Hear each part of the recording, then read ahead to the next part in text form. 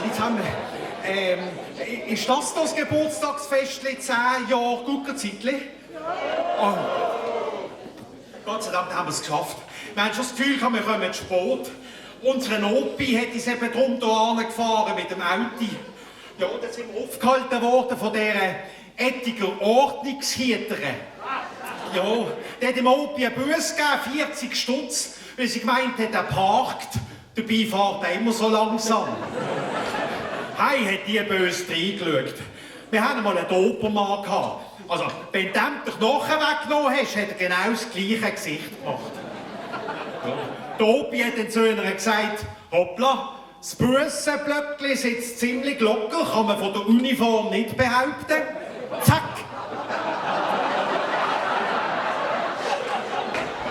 Nochmal 40 Stutz. Und weil der Opi wahrscheinlich genug Geld dabei hatte, hat er dann zu ihnen gesagt, in Sissach gibt es ein Fabelwesen, Guckis Hex.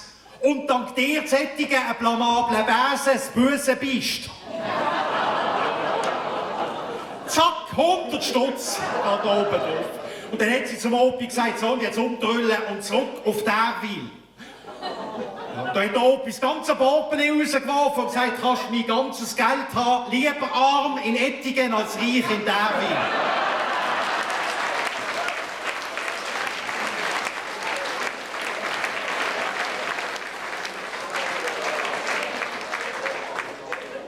Ja, ich weiss nicht. Der Opi hat irgendetwas gegen Derwil. Weiss auch nicht. Gut, er sagt immer, Derwil ist wunderschön. Auch von dem er erst im Rückspiegel. Also ich weiss nicht, wie es in Derwil ist. Der Opi hat dann gesagt, du willst schon früh genug herausfinden, wie es in Derwil ist, spätestens, wenn du gestorben bist und in die Hölle kommst. Aber jetzt sind wir nicht in der Hölle, jetzt sind wir im Himmel. Im Vorfasnachtshimmel. 10 Jahre Guckerzeitli. Ja, also, schade dauert das Gucker nur ein Zeitli, weil von mir aus kann das Guckerzeitli das ganze Jahr dauern. Es gibt Leute, die sagen, das Guckerzeitli wird von Jahr zu Jahr besser. Ja, das ist so ein Satz, den ein Fan vom FC Ettigen nie wird können sagen.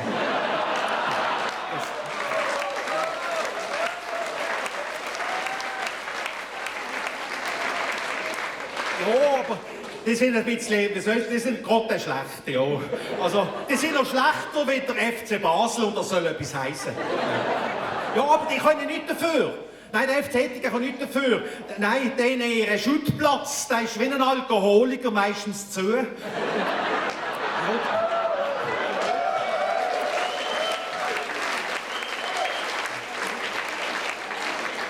Und dann liegen überall so grosse Lachen auf dem Platz. Und der Opi hat schon gesagt, die Lachen, das sind Tränen von den Leuten, die einen Match sind schauen. Und, ja, aber die sind... Ja, nein, der FC Ettigen ist schon ein bisschen... Also das FC im Namen FC Ettigen heisst nicht Fußballclub, sondern Fremdschäm-Kollektiv. Und wenn wir daheim ein Seich abgelassen haben, kriegen wir zur Strafe nicht Hausarrest, sondern wir zur Strafe einen Match vom FC Ettigen.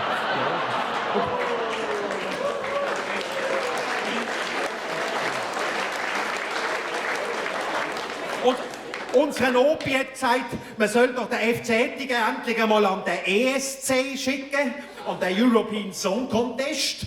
Nicht, weil sie so gut singen können, nein, aber wenn die dort 0 Points kriegen, macht das denen nichts, die kennen es ja nicht anders. Und der Kevin aus der Klasse hat gesagt, jetzt kommt das Jahr sogar noch der Papst nach Ettigen an einen Match, weil er gesagt hat, er ist immer gern dort, wo das Elend am grössten ist.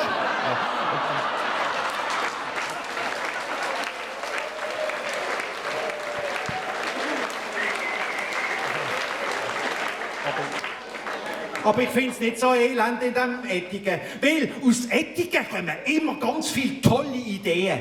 Ja, die die Welt weiterbringt und Ettigen auf der ganzen Welt bekannt macht. Ich sage nur, Unterhosenlauf. Ja, am eidgenössischen Domfest in Lausanne hat man einen Unterhosenlauf gemacht. Ja. Und die Idee war, für den Unterhosenlauf von einem Mitglied vom Turnverein Ettigen. Völlig gaga. Weißt du, bis dahin hat man so eine blöde Idee und nur einen Derwiler zugetraut. Aber jetzt kommt das sogar aus dem Turn. Er, der die Idee hat, kommt von Biel Benken. Aber ist ja gleich, das ist... Jetzt wissen wir, Biel Benken ist wie Derwiler. Nein, aber ich finde es noch toll. Und, also, ich weiss nicht, was für einen Zustand das er hatte, wo er die Idee hatte. Wahrscheinlich hat er gerade eine rote Unterhosen angehabt und ist selber ein bisschen blau gesehen. Auf jeden Fall. Über 1000 Leute haben mitgemacht. Sind zur Nacht durch Lausanne gerannt in Unterhosen. Also das müsst ihr jetzt einfach jedes Mal machen, dann wird das irgendwann olympische Disziplin. Unterhosen auf olympisch, wie könnte das heißen? Sprint and Slip oder Slip and Sprint oder 100 Meter Freischritt oder so. Also es gibt Leute, die das gesehen haben und die haben dann gesagt, Gott sei Dank nennt man das Unterhosenlauf und Gott sei Dank ist es kein ohne Unterhosenlauf gesehen. Gut, dann hätte man es anders müssen nennen. Sackhüpfen oder so. Ist ja gut. Aber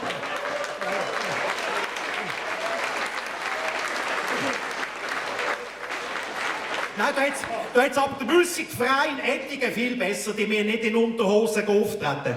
Oder Gott sei Dank. Die haben eine neue Uniform gekriegt. Ganz eine schöne neue Uniform. Unser Geschichtslehrer hat gesagt, so eine Neuuniformierung, das hat es schon in der Antike gegeben. Dort hat man es oft anders genannt. Mumien frisch einrollen.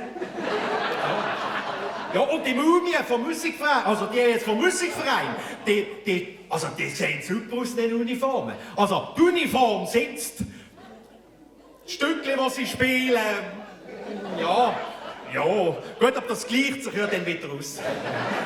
Da hat Opi gesagt, was gleicht sich aus? Da gleicht sich gar nicht aus. Wenn die Omi ein neues Negligé kauft, wegen dem bloß die nicht besser. Hat Opi gesagt. Hat der Opi gesagt. Nein. Hat der Opi gesagt. Und der Opi ist für uns so etwas, eine Informationsquelle, so etwas wie ChatGPT. Und das Omi ist für den Opi so etwas wie ChatterGPT. Ja. Also hat er, glaube ich, nicht ernst gemeint. Jeder braucht Informationsquellen. In Ettigen gibt es Guckerzeitli. Oh ja, in Ettigen gibt es Guckerzeitli. Aber Ettigen hat scheint noch etwas anderes. Ein Defizitli. Scheint's. Der Opi hat nur gesagt, das Defizit in Ettigen wird von Jahr zu Jahr grösser. Wenn das noch grösser wird, gibt es irgendwann sogar eine eigene Postleitzahl. Wir hatten einen Vorschlag. 4106. Das ist ein Witz. Aber Ettigen ist überall das Nummer 1. Und einer ist in Ettigen jetzt offiziell das Nummer 1. Der hat nämlich den Ettiger-Preis gekriegt. Ja, der Christoph Sütterlin, der Revierförster. Ja, als erster Nicht-Ettiger hat er den Ettiger-Preis gekriegt und noch gedacht, hä? Jetzt haben wir in einem grossen Dorf nicht irgendeinen gefunden, der diesen Preis geben könnte. Jetzt wird er eine Auswertung, aber dann ist das recht. Der ist ganz oberst. Immer ganz vorderst, der Christoph. Wir können sagen, Ladies first, Christoph Förster.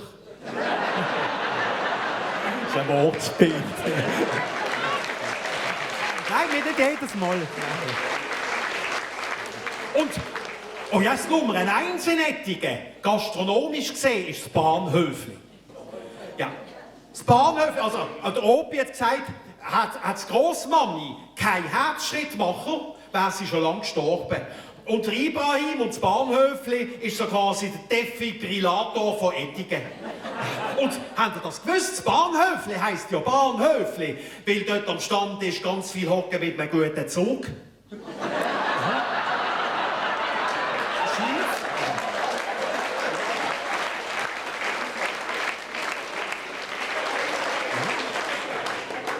Im Bahnhöfli kehrt man ein und im Restaurant Vogue bricht man ein. Also Einbrechen ist bis jetzt etwas gesehen, was man nur vom FC Ettigen kennt hat. Aber jetzt ist Einbrechen auch etwas, was man vom Restaurant Vogue kennt. Der Opi sagt nicht im Restaurant Vogue nur noch Ganove Drive-In. Zweimal haben die dort schon eingebrochen. Zweimal. Gut, im Restaurant Altane wären sie froh, es käme über das zweite Mal. Aber nein, das ist wieder total innovativ. Das Restaurant Vogue ist komplett innovativ, weil die ja quasi Nachwuchs fördern, so, von Quereinsteigern. Und Ettige ist auch noch jemand anderes Nummer 1, nämlich zum Thema «Da passiert nichts». Ja. Da, wie gesagt, Ettige ist kein Schlafdorf, sondern ein Koma-Kaff. Ja. Ja. Hat er gesagt? Er hat gesagt, Ettigen ist wie ein grosser Safe mit nichts drin. Ja. Also wenn man Scheins Ettigen ins Navigationsgerät eintippt, fragt das Navigationsgerät zurück, bist du sicher? Aber ich finde es nicht schlimm, wenn nichts passiert, weil wenn nichts passiert, passiert auch nichts Schlimmes. Das einzige Schlimme, was letztes Jahr passiert ist im Umlauf von Ettigen, ist der Bankomat gesehen, den sie gesprengt haben in Laufen. Ja. Und das hat man gespürt bis dahin. Ich weiss, dass die Grossmami ist gekommen, ganz nervös, hat gesagt, hat er das gespürt, hat er das gespürt? Er hat gesagt, ja, der Boden hat vibriert. Ich glaube, das Guckerzeitchen hat angefangen. Nein, aber Entschuldigung, ich komme jetzt plaudern. Wir sind ja angekommen, zum Geburtstagsständchen für euch singen. Oh ja, wir sind das Elfi-Glöckli. Das ist meine Schwester, das Helgeli.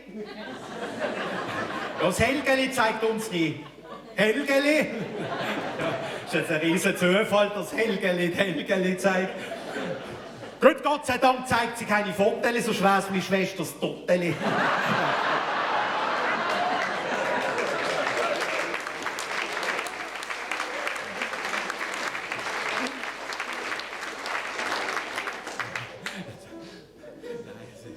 Ich bin bis 11 und ich spiele hier die Ukulele. Fragt mich nicht, wo man diesem Instrument Ukulele sagt. Wahrscheinlich, weil der richtige Name, kleine verstimmte Gitarre für die, die nur 2 Griffe können, zu lang gesehen wäre. Übrigens ist 4 Jahre alt und sind noch die gleichen Seiten drauf. Man könnte also sagen, das sind die 4 Jahresseiten. Und meine Schwester hat mich gelobt heute Morgen. Sie hat gesagt, ich bewundere dich. Dann habe ich gesagt, für meine Mut, so ohne Spickzettel auftreten. Dann hat sie gesagt, nein, nicht ohne Spickzettel, ohne Talent.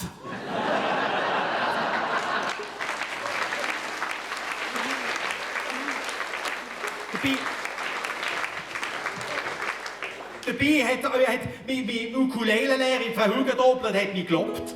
Ja, der hat gesagt, seit ich 7-mal in der Woche bei ihr komme üben, findet sie die Baustelle vor dem Haus gar nicht so schlimm. Aber jetzt wollen wir ein Lied singen. Oh, Entschuldigung, noch schnell. Für alle, die mal Ukulele spielen wollen, etwas ganz Wichtiges, ein Gratis-Tipp. Die 4 Seiten, die müssen stimmen. Das ist ganz, ganz wichtig. Die 4 Seiten müssen stimmen. Moment. 1, 2, 3, 4. Stimmt.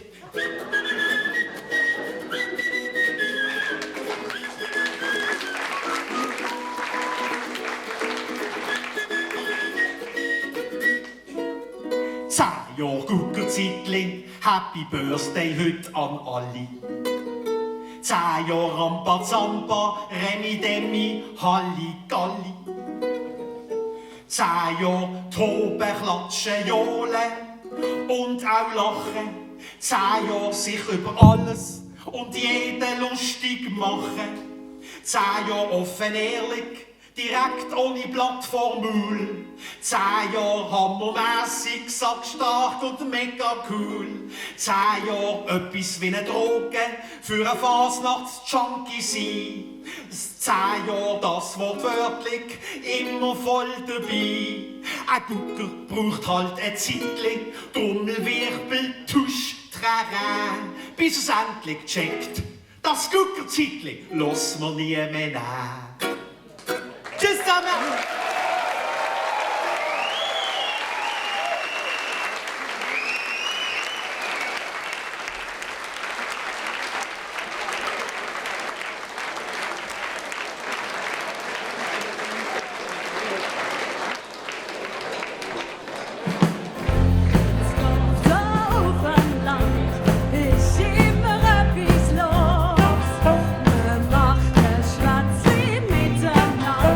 Und grün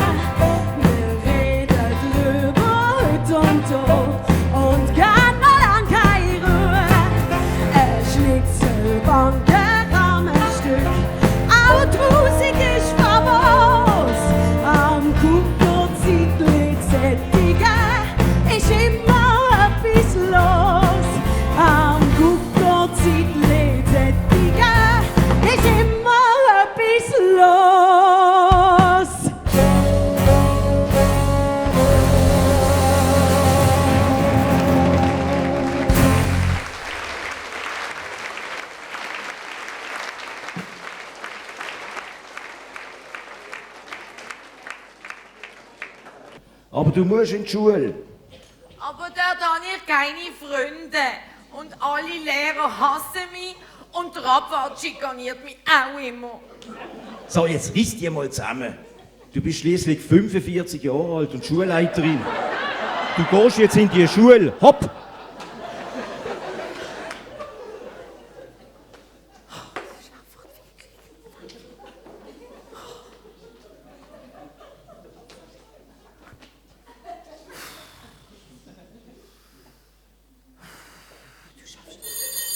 Was?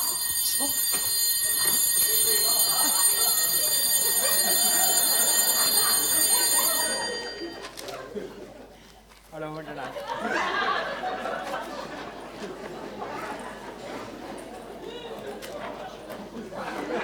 Ja, ich muss heute Nachmittag zum Arzt, aber ich habe keine Lust mehr. Was, zum Arzt musst du? Alter, mach wie in der Schule, Alter. Sag einfach, du bist krank.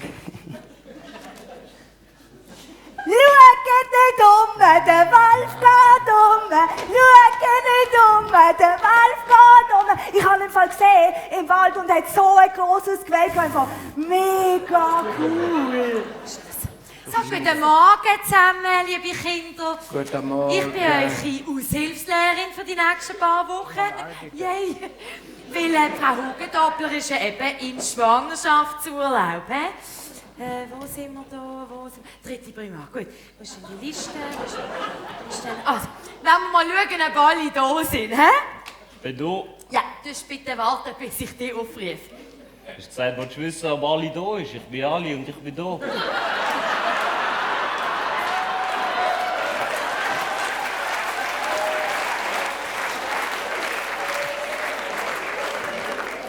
Eins am anderen, eins am anderen. Ah, du. Also, gut. Also, Mustafa Bohnenblusch. Da. Das ist jetzt aber eine lustige Namenskombination. Wie kommt die? Ja, das ist einfach. Mein Vater ist der Schacki Bohnenblösch aus Omerlingen. Und die Mutter ist Aische Bohnenblösch. Und beide haben Schnauze und ich eine Bahn.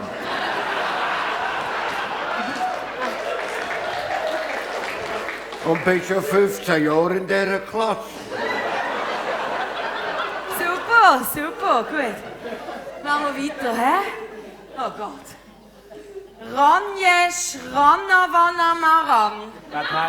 Das heißt Ranjesh Ranavanamaran. Entschuldigung, jetzt habe ich es gerade nicht verstanden. Wie spricht man es aus? Das heißt Ranjesh Ranavanamaran. Es tut mir leid, ich verstand es nicht. Oh, Partell nochmal.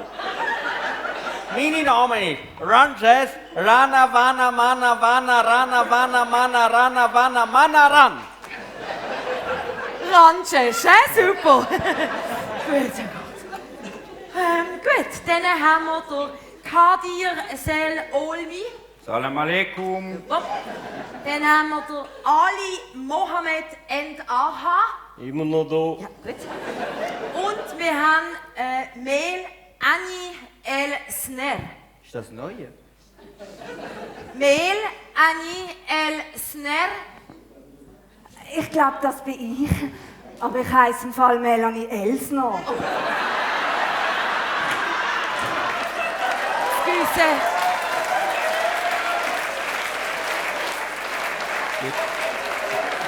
Gut, dann starten wir mit dem Unterricht, mit Deutsch.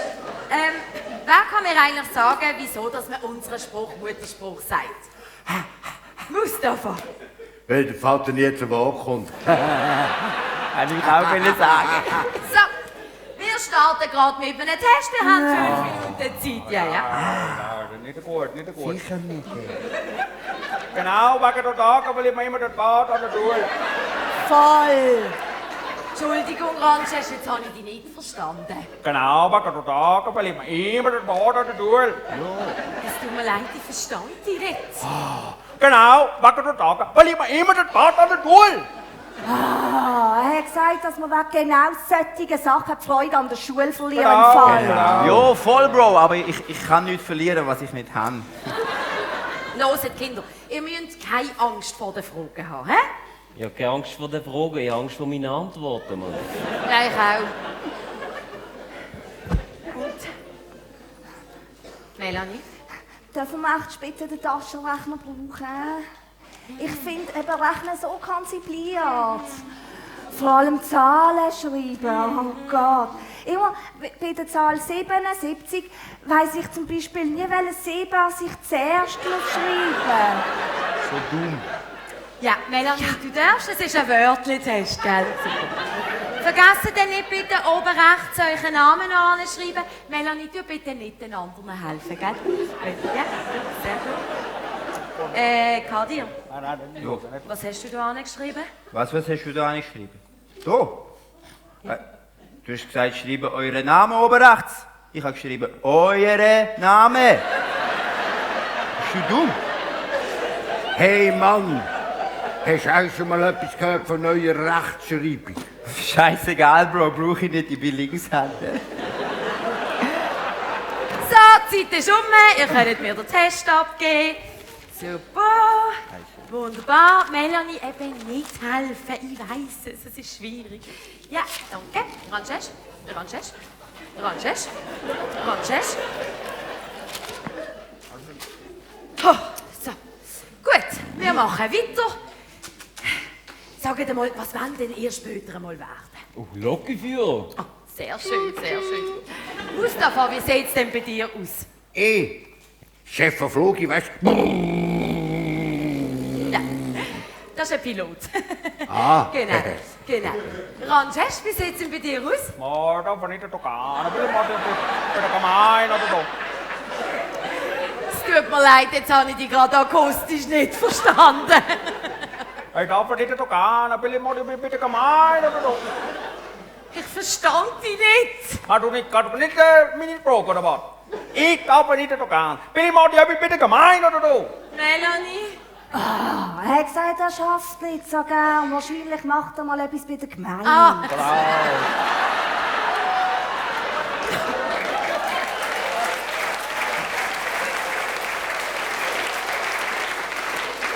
und Kadir, wie sieht es denn bei dir aus?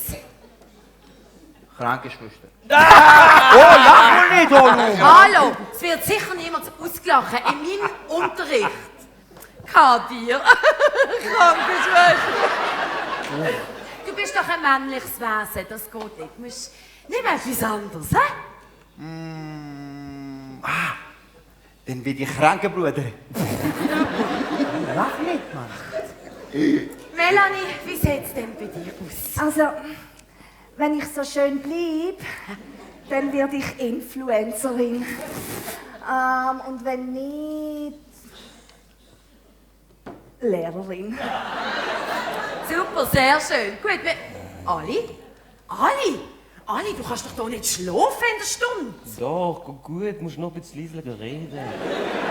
So, also, wir machen weiter mit Deutsch. Und zwar starten wir mit den Zeiten.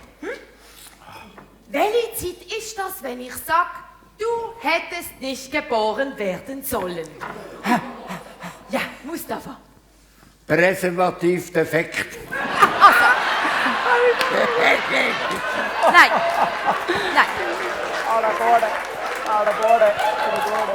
Mustafa, das ist sehr, sehr unpassend.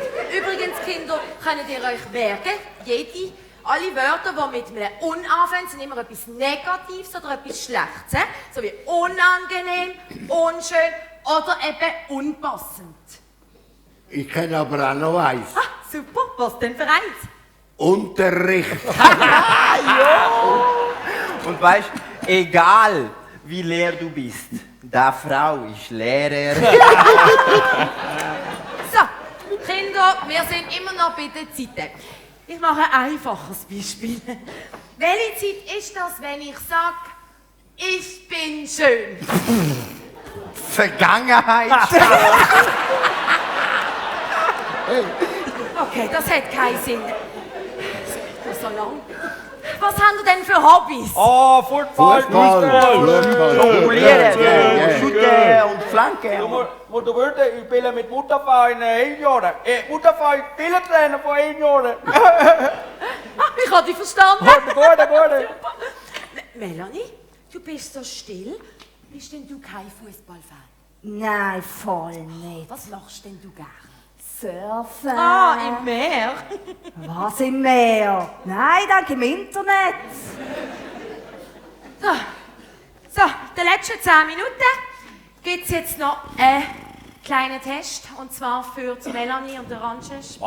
Ihr wisst, es wird sehr knapp mit dem Klassenübertritt für euch zwei. Aber, keine Panik, ihr könnt die Noten mit einem Buchstabiertest auflöpfen. Melanie, wir fangen gerade bei dir an. Melanie, buchstabier du mir das Wort Papi. P. P. A. Ja, nur eins. P. I. Sehr schön, Melanie, sehr schön. Wunderbar, das freut mich jetzt für dich. Super. Ranges, Ja, bin da. das wirst du sicher auch super machen. Kein Problem, kein Problem. Ranges, buchstabier du mir das Wort Göri. Ausländerdiskriminierung.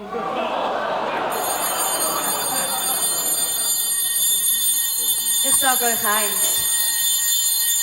Lehrer sein in der heutigen Zeit ist also nicht mehr einfach.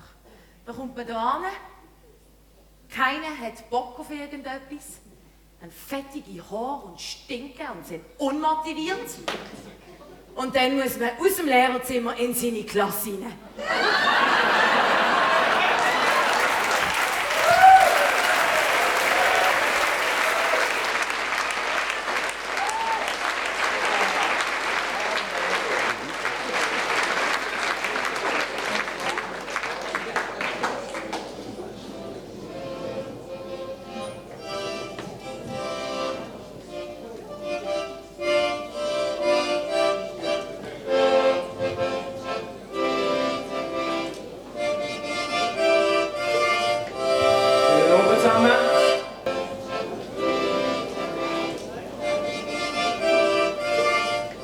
So, jetzt nochmal. Schönen Abend zusammen.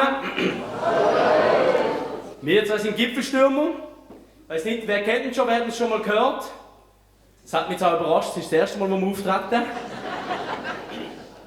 Genau, wir sind jetzt neu so unterwegs, aber kommen zusammen auf doch über 50 Jahre Fasnachtserfahrung.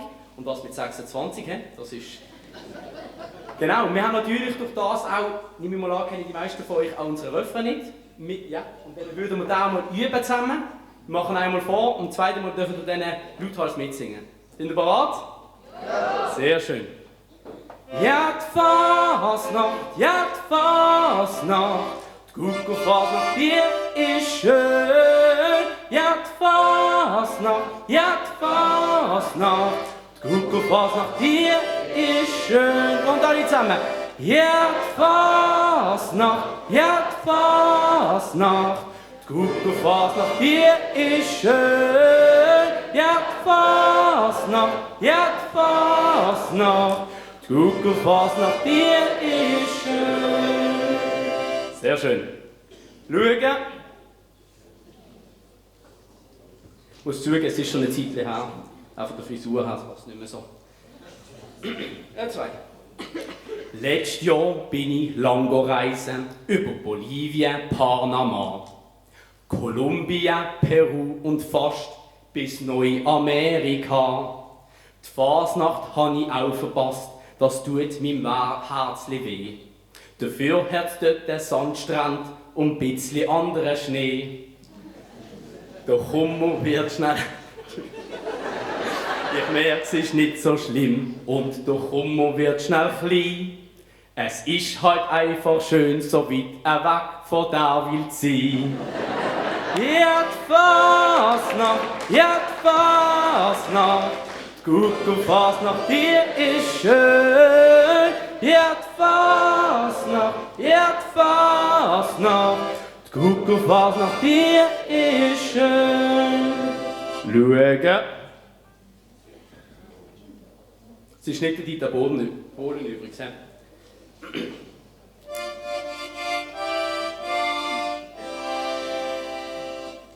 Heute ist Retro mega in, das sieht man überall. Alte Lümpen aus dem Brocki, klar, die erste Wahl. Auch die Hosen aus den 90er, die sind jetzt voll der Hit. Beim 70er von Kuhilla machen alle mit. Gewisse treiben es zu weit, da krieg ich graue Haare.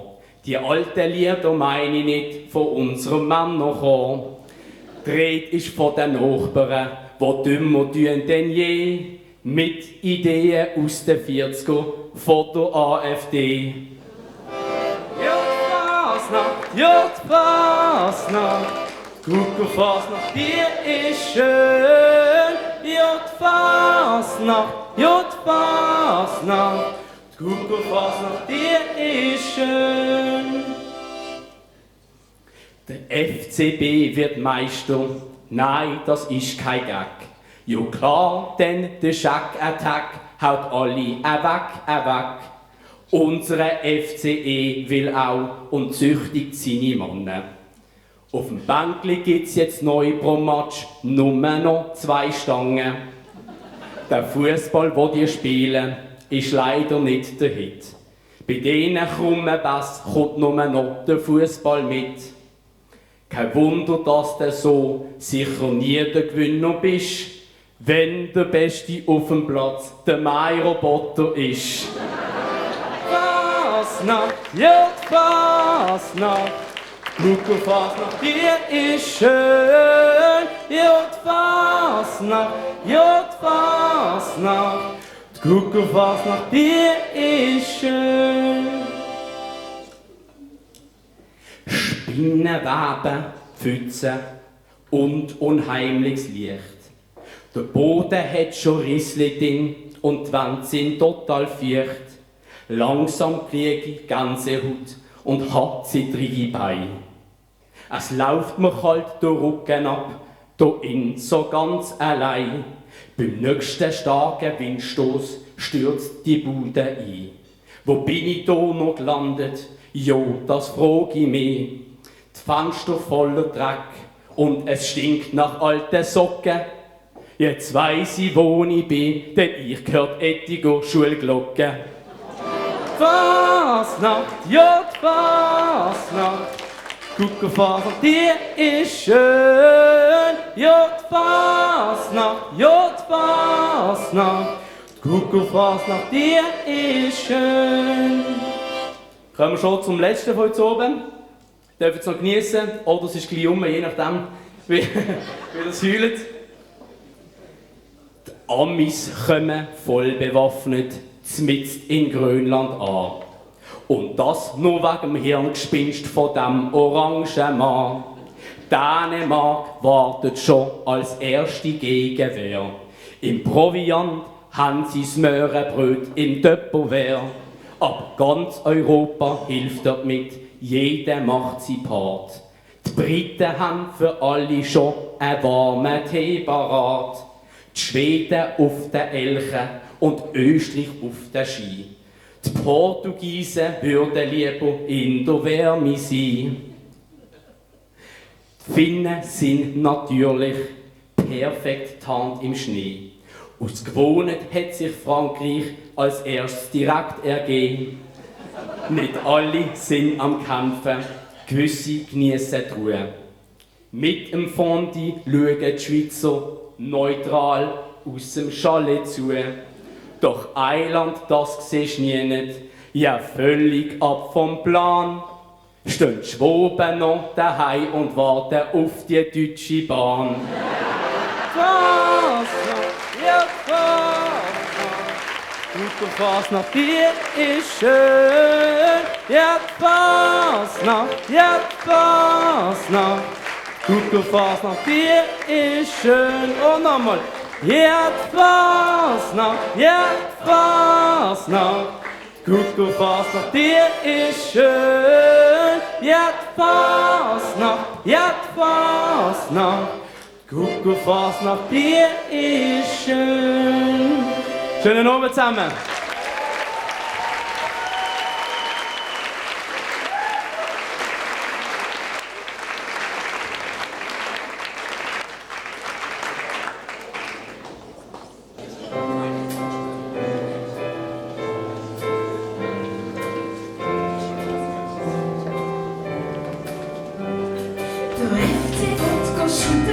Doch nein, tut aufs Feld nicht hoch, wenn's kalt ist, schwert sich alles nass. das ist doch nicht toll. Wo soll denn auch das Wasser her? Der Boden ist halt glatt gewesen, es ist nass und glitschig überall, alles ganz voll. Oh, ist das schon gesehen? Oh, es tut mir so weh. Der Fußballplatz, der Gartenteich, der FC findet, dass es sei. Jetzt bauen wir ihren Gartenbad, das finden uns nicht. Der Sammy und der Bernie auch, die kaufen Beiz, das ist ganz schlau. Das Bahnhöfli bleibt jetzt bestehen, das ist doch Kultur. Jetzt haben sogar ein Bahnhofsuhr, das ist ja fast nostalgisch pur. Jeder kann jetzt Zeit ablesen, rund um du. Oh, hast du schon gesehen? Oh, es tut mir so weh. Die Uhr ist voll, ein Auge weit, sie geht darüber, zieht grad Bescheid, doch es fehlt eine Zeit und drum kannst du Sekunden nicht sehen.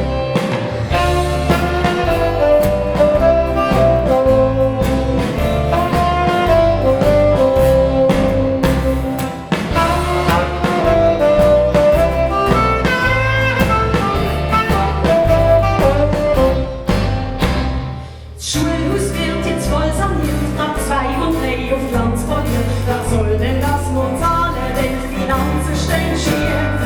Ich hatte da einen Vorschlag, jetzt ist klar, dass so wie sicher geschätzt.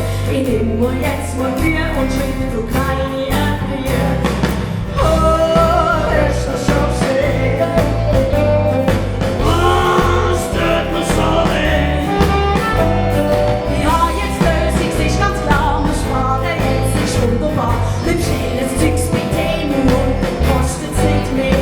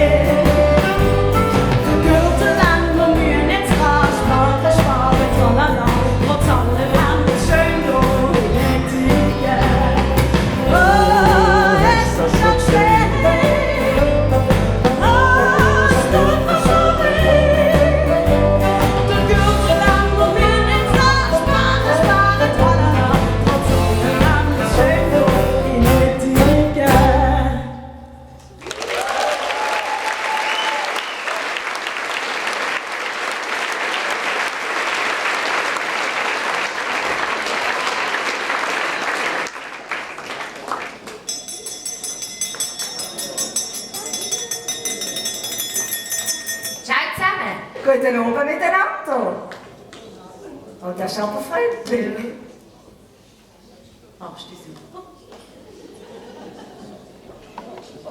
Hast du gesehen, Gilbert, wie man das macht? Also wir sind das Damenküstchen, Entschuldigung, und möchten gerne als allererstes mit euch allen auf 10 Jahre Guckerzeitchen anstoßen. Zum Wohl zusammen. Und das ist der Gilbert, gell? Du musst mal winken. Der Gilbert ist unser Partner, das ist super, so ein Partner, gell? Ja, ja.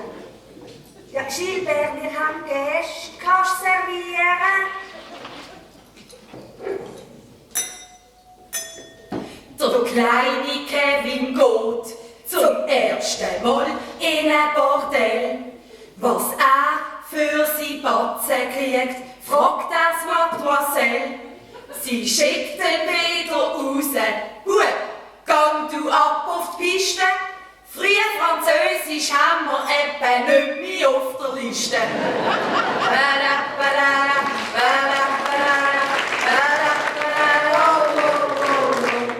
Ja, schau her. Ja, ist hart. Bei den Affen hat der Zolli Nachwuchs können verbuchen.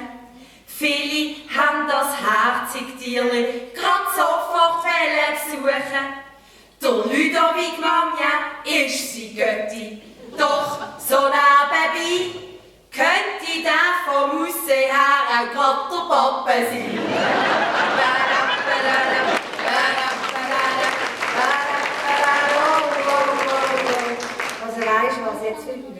ja, das ist wahr. Letzte ist am Schilberg ein Malheur passiert. Wie Wasser ist ihm hinten raus, Jesus hat sich geniert. Wässrig, braun und flutrig. Hoffentlich ist es nur eine Phase. Es hat ausgesehen wie ein FC Ettigen, sein teurer Rasen.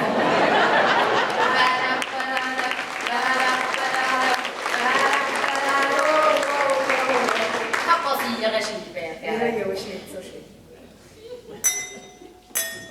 Der Parmelin hat Bücher gewälzt, Fachliteratur studiert.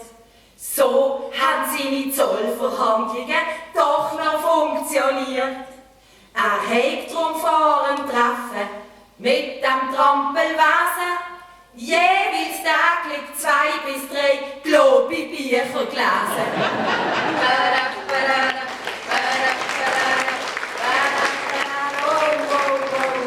Wie geil, der Schilberg schaut daheim auch Globi-Bücher. Ja, ist herzig, ja, das ist wahr. Oh, Was? das ist der. Welche? Ja, da, der Schilberg. Ja, wissen Sie, also der Schilberg hat auch das Jahr wieder probiert, den Vers zu künstlen. Also komm, wenn wir los, hä? Der Makro wird beweisen, dass seine Frau auch weiblich ist. Drum legt er vor dem Gericht grad Fakten auf den Tisch. Er hege sie unglaublich gern und finde sie so nett. Und es wäre ihm wirklich ganz egal, falls sie die grösseren Eier hat.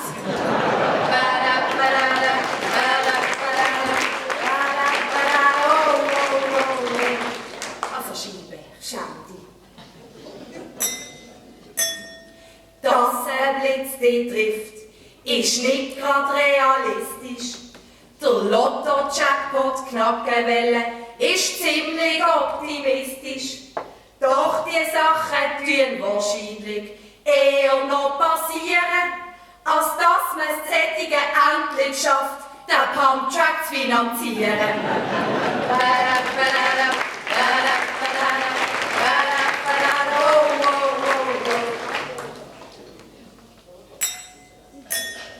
Die Ambiance an der Frauenehe hat uns super gefallen. Frauen gegen Frauen kämpfen um den Ballen. Es liegt auch niemand ab wegen einem kleinen bisschen weh. Und so viel Raschwänze haben wir bei den Männern noch nie gesehen.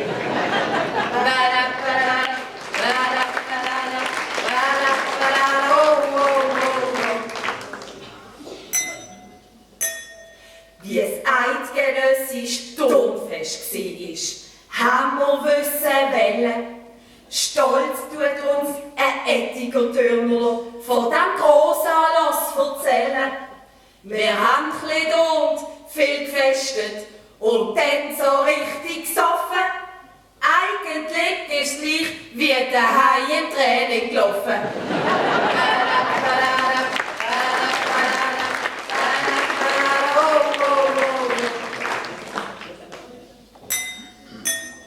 Die Kisscam, die hat 2 verwitscht, die nicht hätten dürfen schmusen. Kameras sind überall, da kommt der Seitensprung schnell raus. In Amerika hat man Affären früher noch nicht so schnell entdeckt. Die haben sich wie beim Clinton halt noch unter den Tisch versteckt.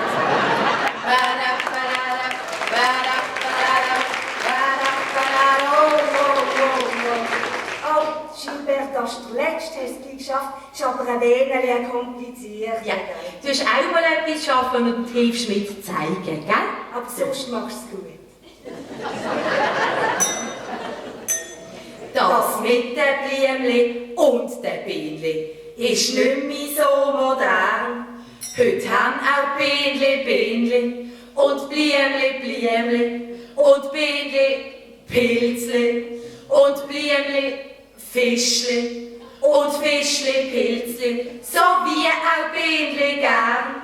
Es gibt Blümli, die wollen Pilzli sein und das Blümli fühlt sich neu.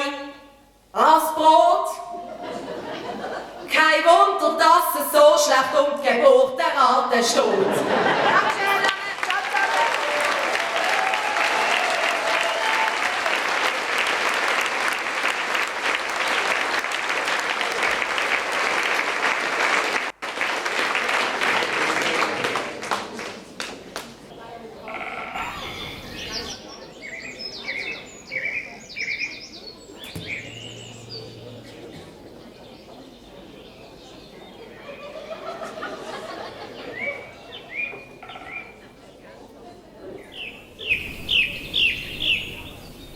Hallo miteinander.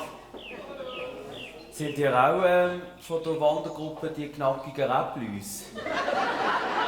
Ja, zwar, wenn ich die anschaue, nicht wirklich. Ich bin eben Gründungsmitglied.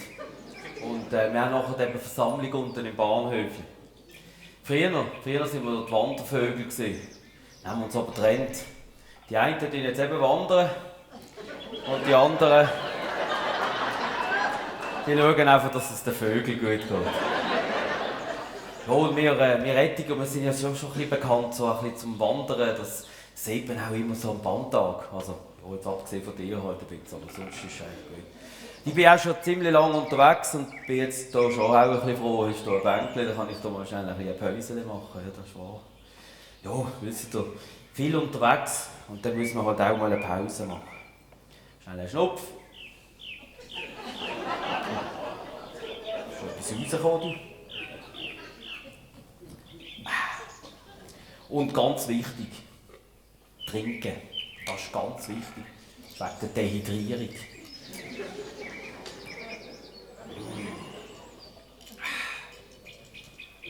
Herrlich die Aussicht auf das Sättigen. He? Und einen Haufen Wanderrouten haben wir ja hier Sättigen. Also weißt, du kannst zum Beispiel oben im Pub anfangen mit einem warmen Kaffee Lutz. Und dann kannst du runterlaufen ins Café del Sergio. Also, Kaffee Ettigen heisst ja das neu, oder? Unterwegs kannst du den Wog einkehren. Gut, der Küche immer zu, der Saal ist immer leer.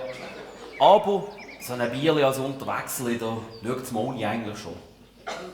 Und nachher kannst du abends in die Bahnhöfe zum Ibrahim eine feine italienische Pizza essen. Und auf dem Heimweg, da gehst du am Ambros vorbei und ein Blaubeergünteli schlürfen. Was gibt es denn Besseres wie ein Gläschen Rotwein? Abgesehen von der ganzen Flasche natürlich, ja. Ja, und so als pensionierter, älterer Herr, sag ich jetzt, hast du auch einen Haufen Zeit und machst dir auch einen Haufen Gedanken. Heute Morgen zum Beispiel bin ich aus dem Haus, dann habe ich mir überlegt, wieso tut eigentlich die Nase laufen und die Füße schmecken. Dann bin ich unten beim Schulplatz durchgelaufen. Dann habe ich mich gefragt, wie kommt das Schild Rasenfeld betreten verboten, mitten auf den Rasen drauf. Sachen gibt's. Ha, schau jetzt hier an. Zwei frisch Verliebte, jö, ist das herzig. Jö, so richtig mit Schmetterling im Bauch, ist das herzig. Da frage ich mich jetzt gerade, wenn Schmetterlinge verliebt sind, was haben echt Stier im Bauch? Und, Jesus, meine Enkeltochter, das ist eine Vegetarianerin. Dürften die überhaupt Schmetterlinge im Bauch haben? Manchmal denke ich auch einfach, hey, ich denke zu viel. Da frage ich mich oder denke ich halt, ein Analphabet findet auch Buchstabensuppe nicht toll. Oder wer probiert eigentlich das ganze Hundefutter, wenn vorne auf der Verpackung steht, besserer Geschmack dank neuester Rezeptur? Jetzt kriege ich gerade ein bisschen Hüngerli, muss ich sagen. Wenn ein Forscher ein Sandwich macht, ist denn das wissenschaftlich belegt? Und letztens hat ein Forscher herausgefunden, der ist aber wieder reingegangen. Ja.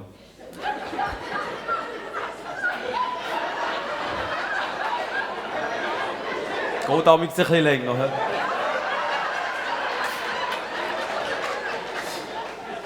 Und wenn ein Schizophrener mit Selbstmord droht, ist das ein Geiselnahme. Und wenn man einen Schlumpf, wenn man den würgt, läuft ihn der blau an. Und woran ist eigentlich das Tote Meer gestorben? Gut, vielleicht hat einer den Meeresspiegel kaputt gemacht, weil er in den See gestochen ist. Ja. Oh. Ein WhatsApp. Nein, Schatz, ich bin auf der Bühne, ich muss schon warten. Ah, vom Urs ist das? Ja, ist das herzig. Vom Urs, der schickt immer so lustige Bildchen. Da verreck ich. Nein, da lachst du halb tot. Hoffentlich schickt er nicht nochmal eins. Wisst ihr, was ich hier denke? Was passiert, wenn du zweimal halb tot gelacht hast? So, ich würde sagen, jetzt habe ich aber genug philosophiert. Jetzt mache ich mir aber auch langsam auf den Weg runter ins Bahnhöfel. Weil schliesslich sollen wir ja auch noch ein bisschen den Blauschwarm leben, nicht wahr? Aber scheint schon nach Hause weiter Abend das Bahnhöfel. Ich glaube, ich nehme hier jetzt eine Abkürzung. Also, macht's gut. Schaust auf die Ranze. Abkürzung. So ist das eigentlich so ein langes Wort, wenn das eine Abkürzung ist. Und wenn ich jetzt ein Taxi nehme und rückwärts ins Bahnhöfli fahre, kriege ich echt Schussengeld. Und ein Drache, wie bloß ein Teil überhaupt die Geburtstagskerzen ist. Unglaubliche Sache.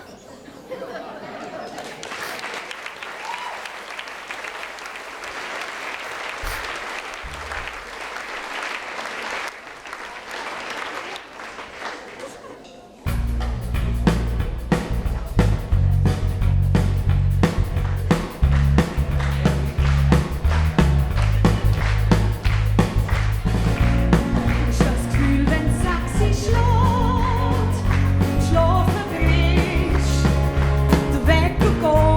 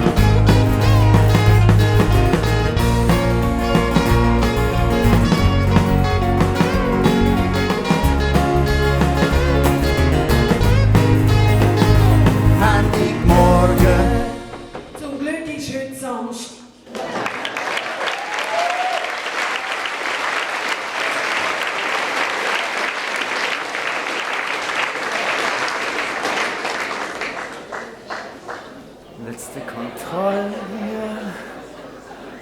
Ja, Licht ist gut. Ja, passt alles, ne? Oh, hi Fippe. Ja.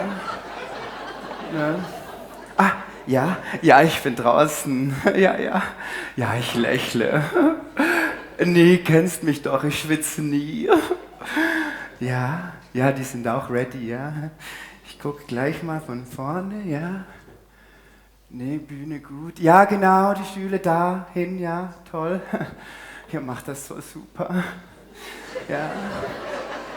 Hier. Gut. So. Ja, ich bin bereit, ja. Showtime. Herzlich willkommen, sehr verehrte Zuschauer, Sternchen innen. Ich begrüße euch recht herzlich zu unserer Live-Show Herzblatt. Ja, die Show, in der Love in der Luft liegt und Rosen verteilt werden und... Ach nee, das mit den Rosen ist ja beim Bachelor. Sorry. Auf jeden Fall die Show, in der man als Single fündig wird, auch ohne Sex-Date-Apps und Tinder, ja. Ich bin die Regieassistent Sternchen in. Ich bin die Lilly, hi. Ja. Und meine Aufgabe ist es heute, Chaos zu vermeiden hier, ne? Wobei, wenn ich so in den Saal schaue, wird es ein little bit schwierig, ja. Nee, sorry, kleiner Scherz. Ja. Auf jeden Fall wisst ihr ja, das ist eine Live-Show, das ist ernst. Deshalb habe ich hier ein Schild, auf dem steht Applaus, ja. Können das alle lesen? Sehr gut, ja. Und ihr klatscht nur, wenn ich das Schild hochhebe, klar? Also, wir testen das gleich mal. Seid ihr alle ready? Ja? Ja, gut.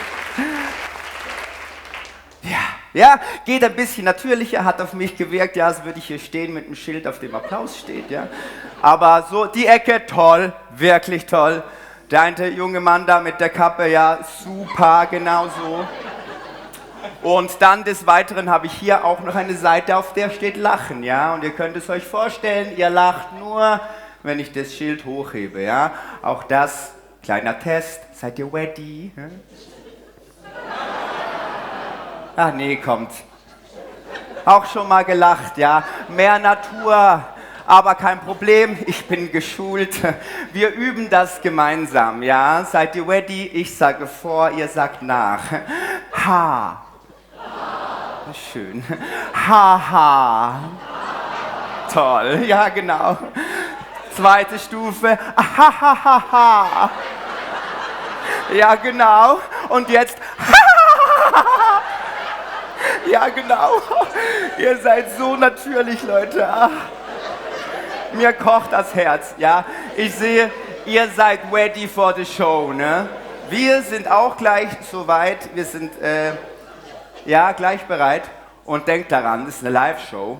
Was auf der Bühne passiert, bleibt auf Ewigkeiten on TikTok und Instagram. Und Twint. Auf jeden Fall kann ich euch noch sagen, ja, der kam später, ja.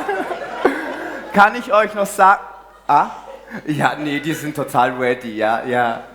Tolles Publikum, I love it, ja. Machen mit, ja. Ja, ihr seid bereit? Also, Showtime. Dann sage ich jetzt, Bühne frei für die beste Liebesshow, die es je gegeben hat, Herzblatt. Mit unserer charmanten Moderatorin Chantal van der Flirt.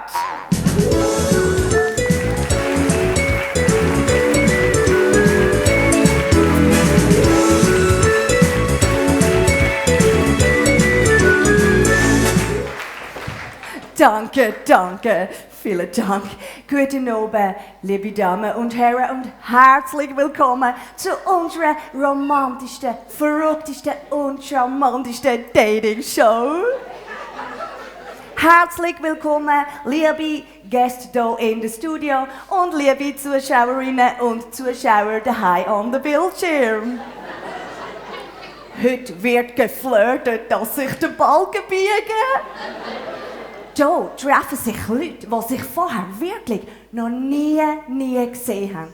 Und vielleicht schon gleich von einem gemeinsamen Haus, gemeinsamen Kinderli oder einem gemeinsamen Hundeli träumen. Und sie können heute oben ein wunderbar romantisches Nachtessen gewinnen. In der Vogue.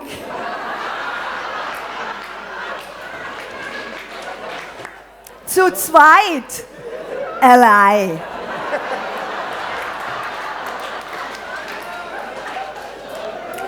Heute dreht sich alles um die Liebe. Und wir haben heute für Sie 3 wunderbare, charmante Kandidaten hier. Und ich bitte die 3 Kandidaten mit einem großen Applaus zu mir auf der Bühne.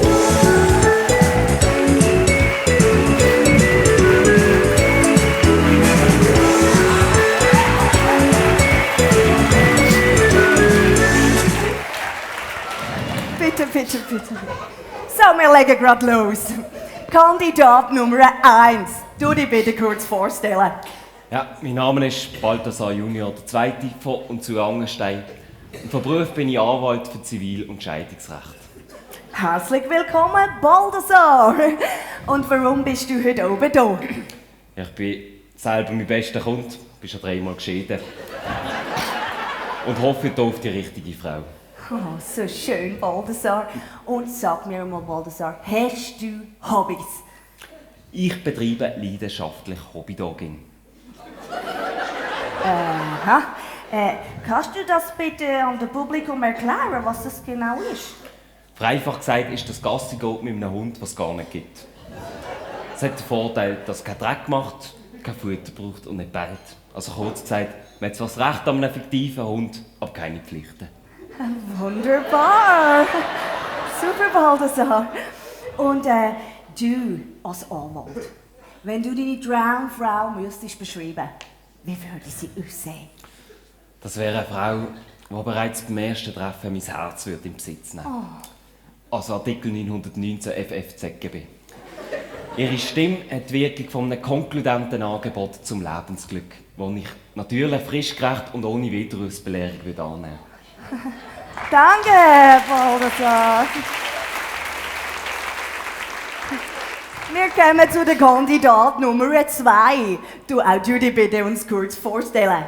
Jo, mein Name ist Viktor und ich bin ehemaliger Fußballprofi aus Rumänien. Oh, Viktor, sehr spannend. Was machst du denn heute so beruflich? Jo, ich betreibe eine Firma, die Dienstleistungen für Männer anbietet.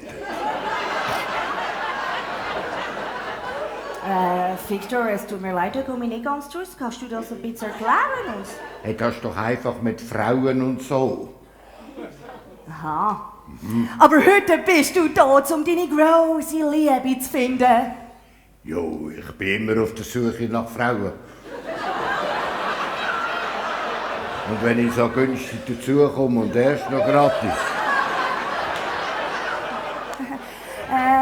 Viktor, sag mal, hast du noch andere Hobbys? Ja, sicher. Ich sammle Waffen. Ich habe eine grosse Waffensammlung. Super. So, dann kommen wir zu der Kandidat Nummer 3. Auch du dich bitte kurz vorstellen. Ich bin der Werner, ich komme aus Basel und ich bin von Beruf Tramlifahrer. Oh wow, Werner, willkommen auch du bei uns. Sag mal, Werner, hast denn du auch noch Hobbys? Ich bin Sänger und Gründer von der Basler Band Tiefstapler. Das sagt mir jetzt gar nicht, aber spannend. Werner, erzähl uns noch, wenn du deine Traumfrau müsstest beschreiben, wie würde sie aussehen? Ja, also, als Tramlifahrer, da suche ich eine, die mir im ersten Blick meine Bremse lösen. Nicht die ganze Zeit will umsteigen und mit mir natürlich bis zur Endstation fahren. Wundervoll, Werner, danke vielmals.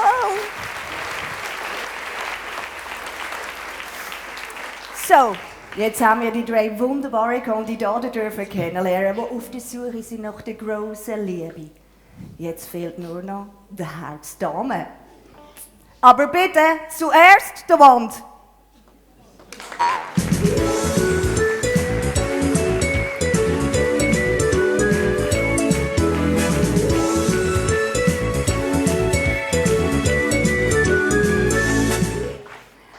Und jetzt bitte einen großen Applaus für unsere Herzdame!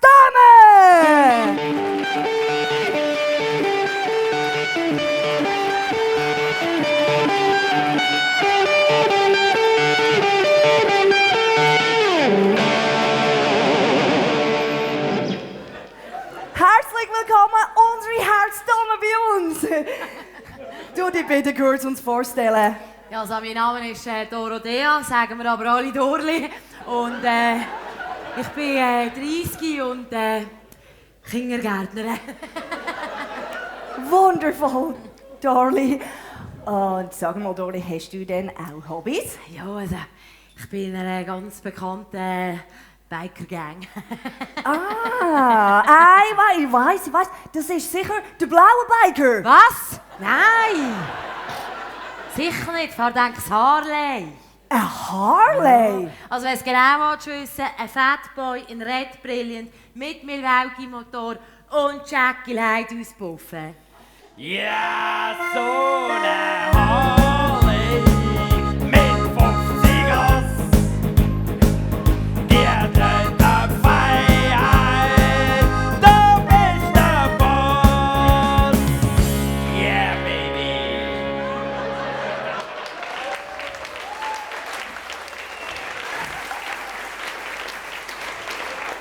Wunderbar, das wird toll. Dorli, du hast ja Fragen vorbereitet für die Kandidaten. Du darfst jetzt deine erste Frage stellen. Kandidat 1. Wenn wir jetzt zusammen würden so eine Dörftour machen, wie würdest du mich überraschen? Ja, ganz klar. Als erstes würde ich den Überraschungseffekt gemäss OR Artikel 24 einleiten. Also eine spontane, aber rechtlich zulässige Änderung von Routenführung. Selbstverständlich gestützt auf Artikel 2 ZGB, Grundsatz von Treu und Glauben im Strassen- wie im Liebesverkehr. Okay. Danke. Und Kandidat 2. Wenn wir jetzt so eine Bike-Tour machen, wie würdest du mich überraschen? Jo, pass mal auf, Baby. Hey, immer noch Dorli, hä?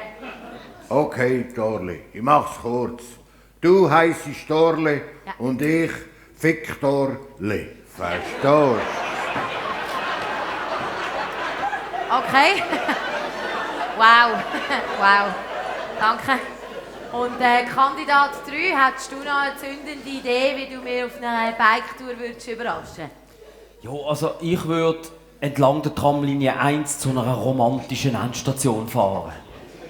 Dann würde ich der Leitstelle funken und ihnen sagen, dass die Dame, die mich begleitet, die Weichen von meinem Herz umgestellt hat. Und dann nehme ich meine Gitarre führen und spiele das altbekannte Lumpenliedli. Du, der Wenzberg-Düdel, der Wenzberg-Düdel, he und her, der Wenzberg-Düdel macht uns Leben schwer. Du, der Wenzberg-Düdel, he und her, der Wenzberg-Düdel macht uns Leben schwer. Yeah, baby!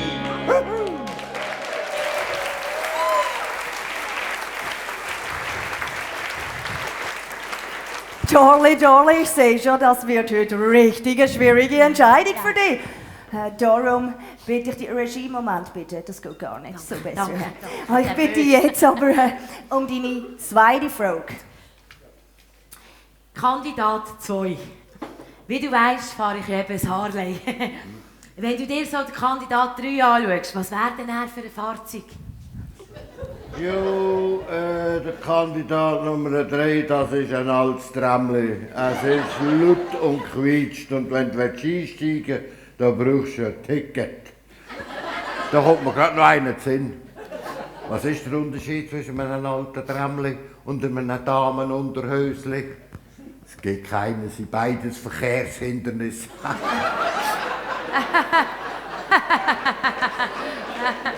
Danke, wow, danke.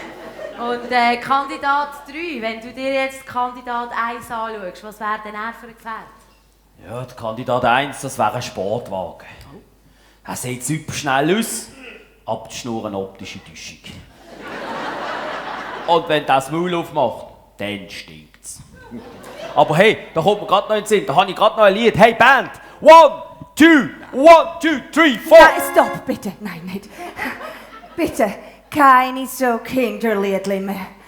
Wir sind schon in der Verzug. Okay, schade. Danke. Und dann Kandidat 1, wenn du dir so den Kandidat 2 anschaust, was wäre denn er für eine Maschine?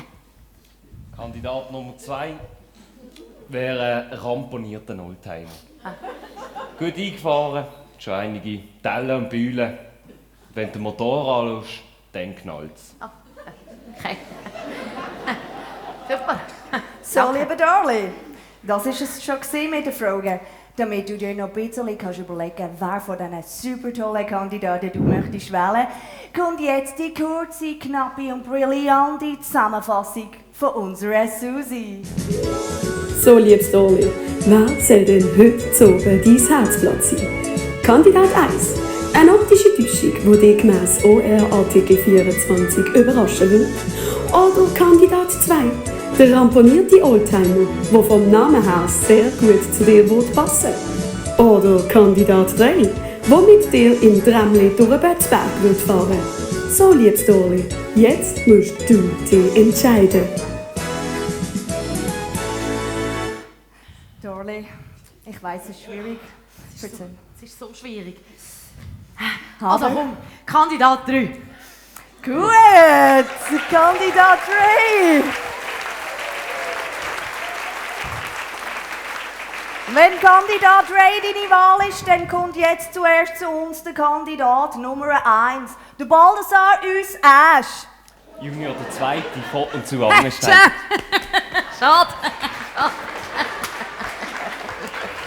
Dann kommt zu uns der Kandidat Nummer 2, der Victor. Oh Gott. Wow, du hättest gut in meine Sammlung gepasst.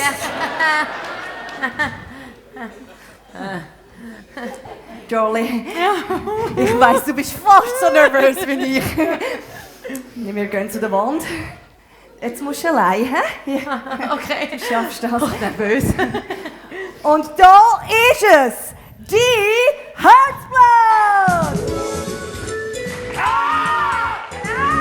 Nein, mach die Musik ab. Hey, sicher nicht. Ja, aber Dolly, was ist denn Nein, jetzt los? das geht doch nicht. Sorry, schnell. Warum denn? Das ist der Schilbi, mein Bruder.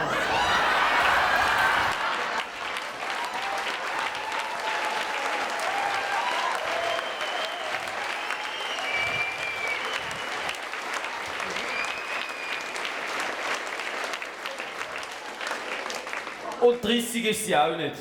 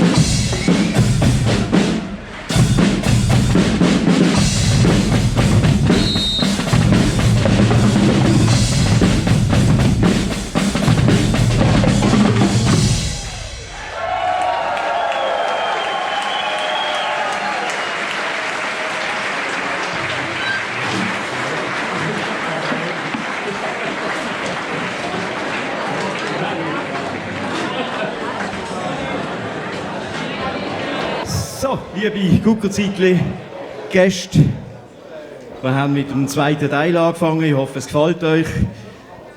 Guckerzeitli, Gäste. Dürfen wir das überhaupt sagen? Oder müsst ihr sagen, liebe Guckerzeitli, Gästinnen und liebe Guckerzeitli, Gäste? Nein, das geht auch nicht. Also machen wir es anders. Liebe Guckerzeitli, Besucherinnen und Besucher.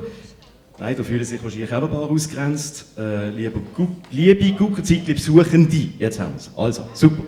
Schön sind ihr da, ganz herzlich willkommen. Es ist irrsinnig, dass wir immer so ein tolles Publikum haben. Und damit natürlich so ein Guckerzeitli kann überhaupt funktionieren, da braucht es ganz, ganz viele Leute. Aber keine Angst, wir sind noch nicht fertig.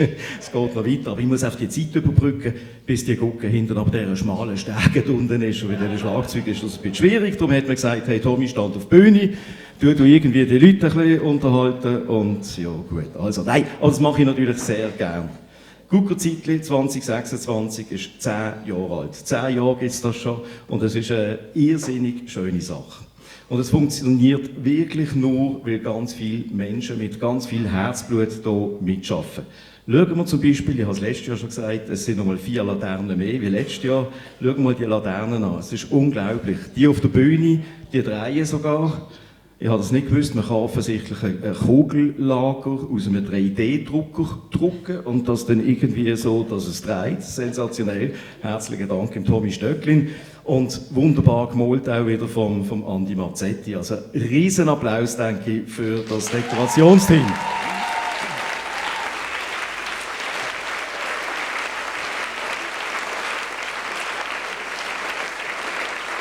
Dann haben wir hinter der Bühne Leute, die mithelfen, dass alles möglichst reibungslos funktioniert, bei der Garderobe, beim Bühnenaufgang, Abgang und so weiter, wo auch den Schauspielerinnen und Schauspielern, wo auch den Schauspielenden helfen, das Mikrofon nicht verrutschen, wenn sie einen Bart anziehen und so weiter. Auch da, denke ich, ist ein riesengroßer Applaus für alle, die hinter der Bühne sind.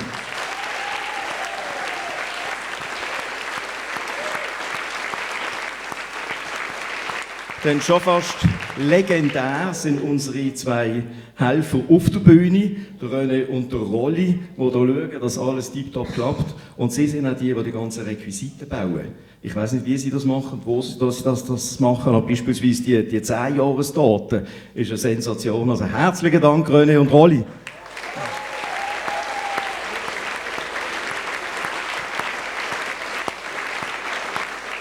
Denn ich hoffe, ihr habt gut gespielt, habt gut gegessen.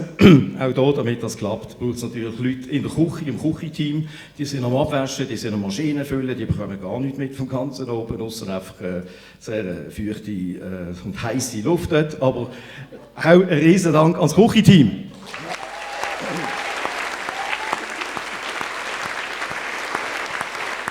Und damit auch der ganze Service speditiv funktioniert. Wir sind dieses Jahr ein bisschen mehr Leute hier in diesem Saal wie letztes Jahr. Das heisst, das Serviceteam ist noch mehr gefordert gewesen, dass es wirklich auf die Zeit alles passt. Das hat wunderbar funktioniert. Extrem effizient. Danke vielmals im Serviceteam.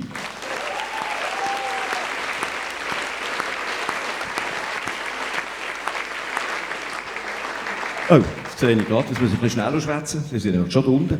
Gut, dann ein riesengroßer Applaus für die Technik. Alle die den Ton machen, die das Licht machen, da steckt unglaublich viel Arbeit drin, mit Programmieren, mit während der Probe schauen, dass das alles funktioniert.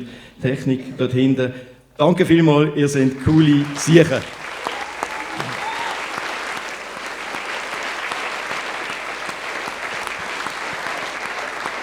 Dann haben wir eine wunderbare, auch schon legendäre Guckerzeitli-Band, eine Live-Band. Einen riesengroßen Applaus für unsere Guzzi-Band. Dankeschön.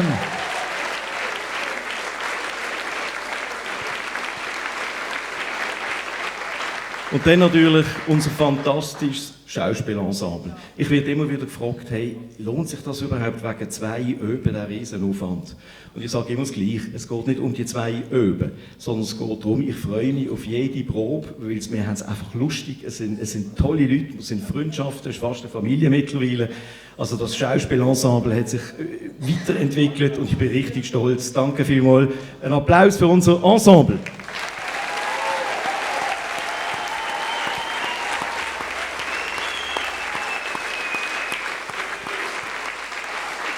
Und dann würde ich mich natürlich auch ganz herzlich bedanken bei unseren Sponsoren. Ohne die wäre es auch nicht möglich, so etwas auf die Beine zu stellen. Auch die Sponsoren haben einen Applaus verdient.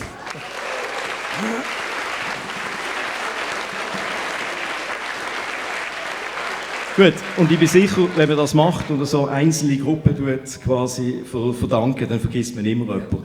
Darum mache ich es jetzt zum Schluss ganz einfach. Ich danke allen ganz, ganz herzlich, die in irgendeiner Form zu diesem Guckerzeitli 2026 beitragen. Sei das die Vereine, die geschaut haben, dass wir da innen proben können und haben müssen noch jemand anders gehen. Sei das die Gemeinde, die Gemeindeverwaltung, auch der Gemeinderat, der es bewilligt hat und so weiter. Allen, die dazu beigetragen haben, einen riesengroßen Applaus. Danke vielmals.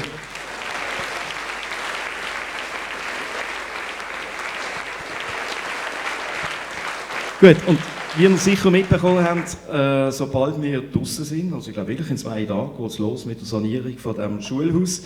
Und das heisst, wir werden nächstes Jahr nicht hier innen spielen können. Wir sind nächstes Jahr in der Mammuthalle in Hofstetten.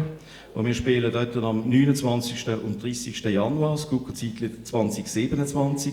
Es hat sich leider ein kleiner Druckfehler hier eingeschlichen im Programm. Da steht 30. und 31. Januar, Samstag, Sonntag. Das stimmt natürlich nicht, es ist Freitag, Samstag, 29. 30. Januar. Und weil wir ein bisschen weiter weg sind, damit trotzdem die wollen, können auch ein Gläschen trinken. Oder wie der Schilbi würde sagen, ein Fläschchen tut es auch. Haben wir einen Shuttle organisiert, der euch quasi im Viertelstundentakt auf und runter bringt. Das werden wir alles dann auf der Homepage auch entsprechend noch informieren. Und damit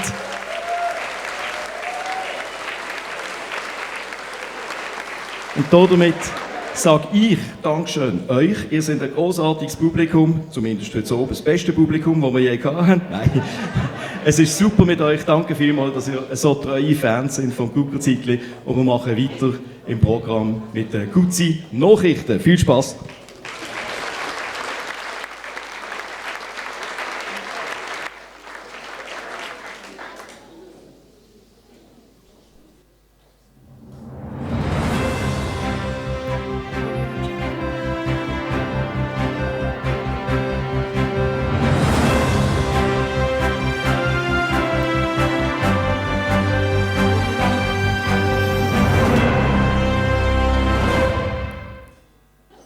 Guten Abend, meine Damen und Herren. Ich begrüße Sie ganz herzlich zur neuesten Ausgabe von unserer Gutzi-Nachrichten.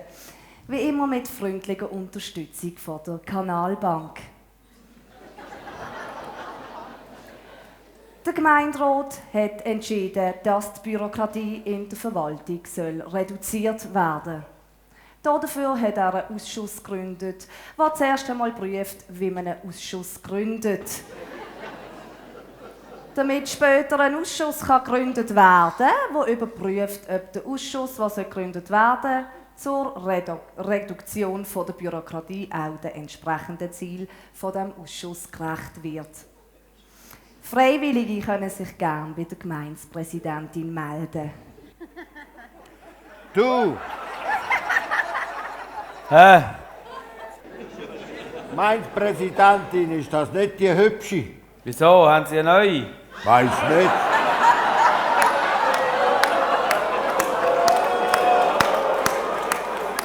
Wenn ich jetzt gerade mitteilt bekomme, gibt es in Darwil unglaubliche Entdeckungen. Wir schalten jetzt live zu unserem Gutzi 26 Reporter Benno Vogel auf Darwil. Benno, hörst du mich? Regie? Das liegt im Ausland. Ja, probieren wir nochmal. Ich bin hier in Darwil. Ja, nicht freiwillig, aber als Sensationsreporter muss man halt auch etwas aushalten.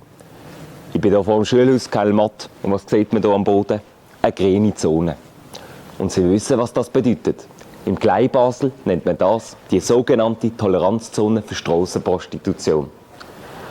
Die Sexarbeiterinnen an der Ochsengasse, Webergasse und am Teichgässli im Kleinbasel dürfen sich nur noch innerhalb dieser Zone aufhalten. Und jetzt hat Darwil auch so eine Zone.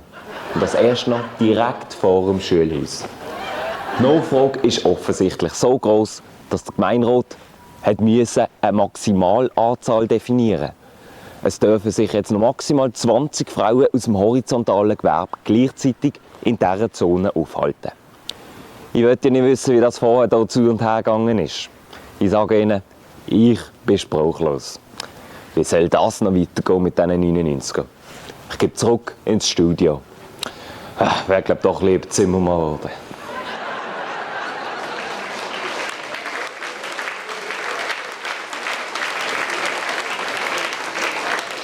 Du, apropos Prostitution. Weißt du, wie man in einer italienischen Prostituierte sagt? Ich habe keine Ahnung. Nutella!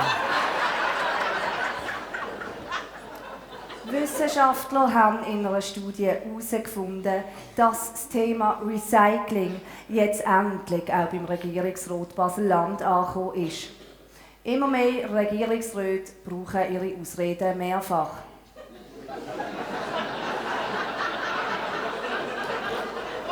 Wir kommen zum Sport. Der FC Ettingen hat beim Schweizerischen Fußballverband SFV eine Petition eingereicht, dass seine Fußballspiele immer gerade direkt mit einem Penalty-Schießen anfangen. Damit wäre der Match schneller beendet. Die Kondition der Spieler würde bis zum Schluss des Matches länger und der Verein wäre zügiger im Club Beizle. Eine offizielle Stellungnahme von Seiten SFV ist noch nicht eingetroffen.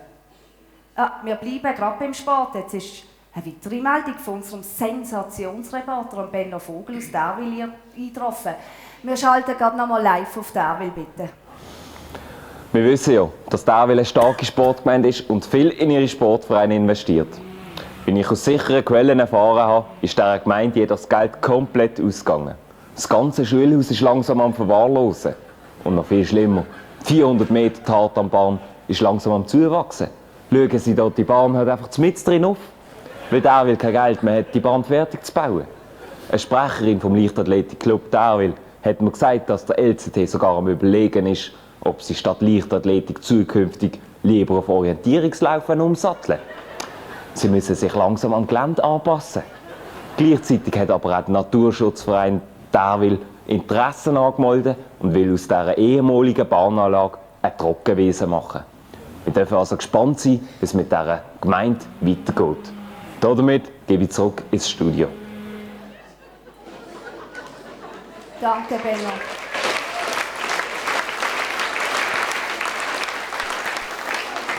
Und gerade nochmal eine Meldung aus dem Sport. Der neue Fußballplatz in Ettingen ist der grösste Teil der Saison gesperrt. Der Rasen ist zu feucht.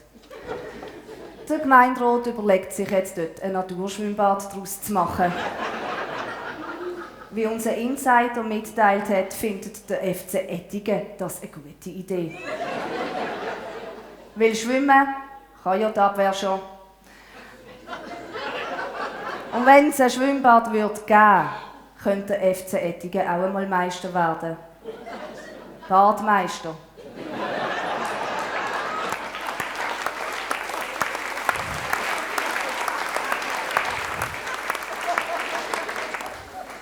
Du, apropos Sport. Meine Frau macht jetzt neuerdings Curling. Ah, das ist eine typische Frauensportart. Hä? Wie meinst du jetzt das? Ja, die können sich gut bucken und dann immer den Besen in der Hand.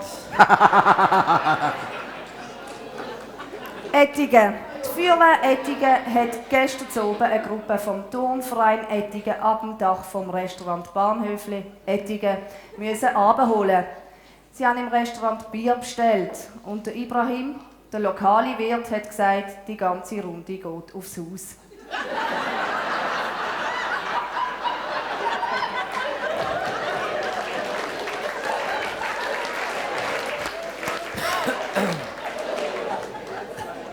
Wir kommen zur Zusammenfassung vom letzten Donnerstagsjass. Karin Keller-Sutter.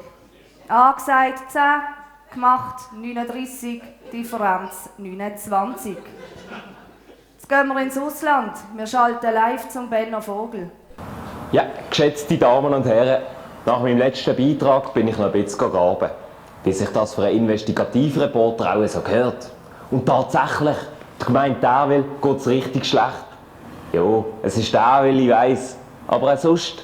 Das Geld ist tatsächlich komplett ausgegangen. Sie glauben nicht, was wir hier von den Gutzi-Nachrichten wieder herausgefunden haben. Der Weghof von Derwil muss Kosten sparen. Wichtige Strassen können nicht mehr unterhalten werden und sind komplett am Verlottern. Und statt dass der Weghof von Derwil den Bauschutt korrekt entsorgen, was halt etwas kostet, hat man eine Gratislösung gefunden und es gibt jetzt überall um Derwil Schutthäufen. Bald wie in den Slums. Sie sehen hier, wie Gemeindeabfall, wie Schutt und belastetes Altholz völlig verantwortungslos in der freien Natur entsorgt wird. Eine Frechheit. Ich bin ja gespannt, was die Naturschutzvertreter dazu werden sagen, wenn das bekannt wird. Und mit dieser Sensationsmeldung gebe ich zurück ins Studio.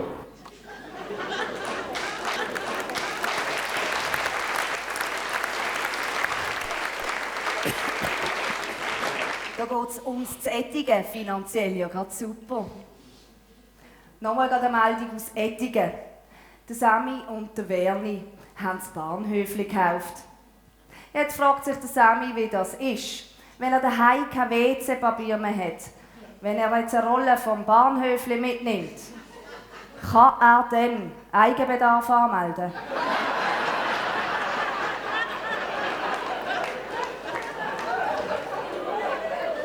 Du! Apropos WC-Papier.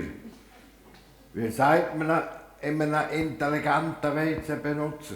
Keine Ahnung. Klugscheisser. Und Forscher haben herausgefunden, wieso Mäuse kein Alkohol trinken. Gemäss dieser Studie haben sie Angst vor dem Kater.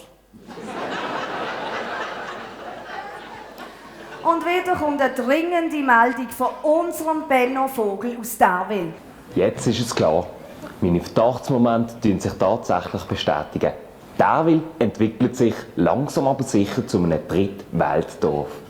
Die Einwohner können sich keine Wohnungen mehr leisten und Generationen von Eingeborenen müssen sich neu orientieren. Hier in Derwil Nord ist darum eine Slumsiedlung am Entstehen. Ja, man könnte fast sagen, es entwickelt sich ein Dorf im Dorf. Wer kann, kauft sich einen ausrangierten Wohnwagen oder ein altes Wohnmobil, damit er wenigstens ein Dach über dem Kopf hat. Ich sage Ihnen, hat Derwil Brücke, der Begriff Gloschan müsste neu erfunden werden. Und der Gemeinderat schaut einfach zu. Mit dieser traurigen Entwicklung von unserem Nachbarsdorf gebe ich zurück ins Studio.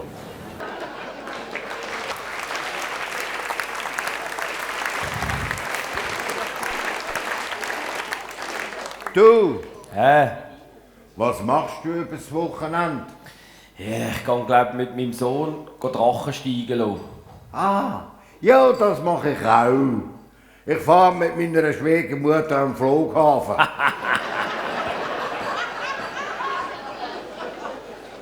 Wie die Ordnungshüterin von Ettigen mitteilt, ist gestern vor der Garage von einem Einfamilienhaus ein Auto vor den Augen des Besitzers gestohlen worden. Der Autobesitzer war allerdings sehr aufmerksam und hat sich das Nummernschild notieren.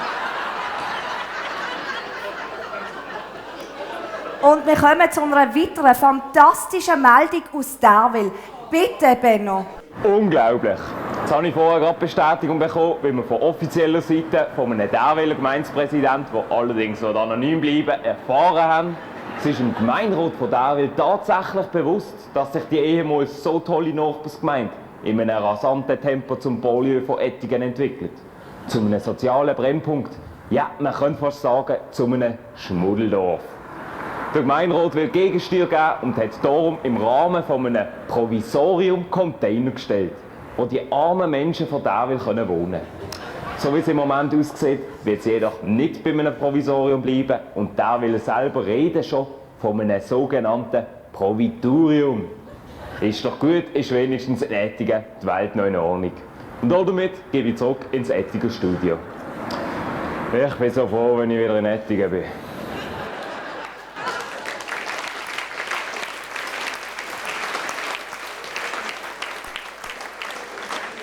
Danke, Benno, für den Einsatz. Bei einer Untersuchung von 100 Fast-Food-Restaurants durch die nationale Gesundheitsbehörde ist die Qualität stark bemängelt worden. Es ist fett, es ist geschmacklos und es ist pumpig. Da reden wir erst vom Verkaufspersonal.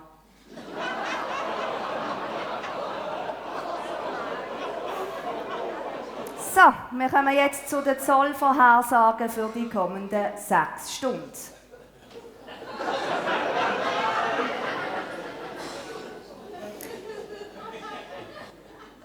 Zum Schluss kommen wir noch zum Wetter. Und wir schalten direkt ins Wetterstudio zu unserer wunderschönen Wetterfee, der Susi Sturm.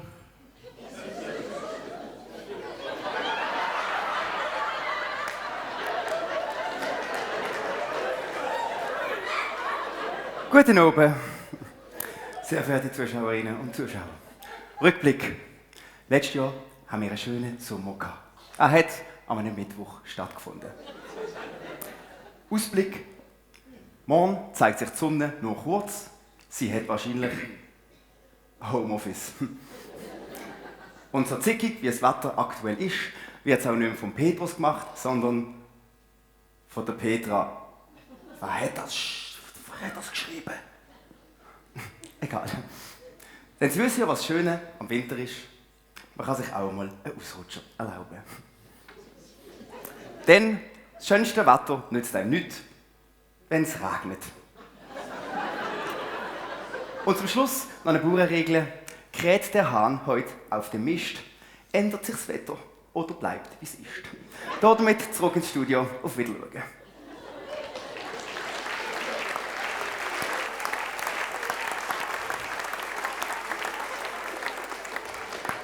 Jo, du. Ich kenne auch noch eine Bauernregel. Kräht der Hahn auf dem Huhn, hat das nichts mit dem Wetter zu tun. Geschätzte Zuschauerinnen und Zuschauer, wir kommen zum Ende von unserer Nachrichtensendung und freuen uns, wenn Sie auch morgen wieder zu den Gutsein-Nachrichten einschalten. Auf Wiedersehen und bleiben Sie informiert. Du? So einen langweiligen Nachrichtenkanal. Das ist wahr. Das nächste Mal schalten wir wieder Radio TV Plus ein. He? Genau.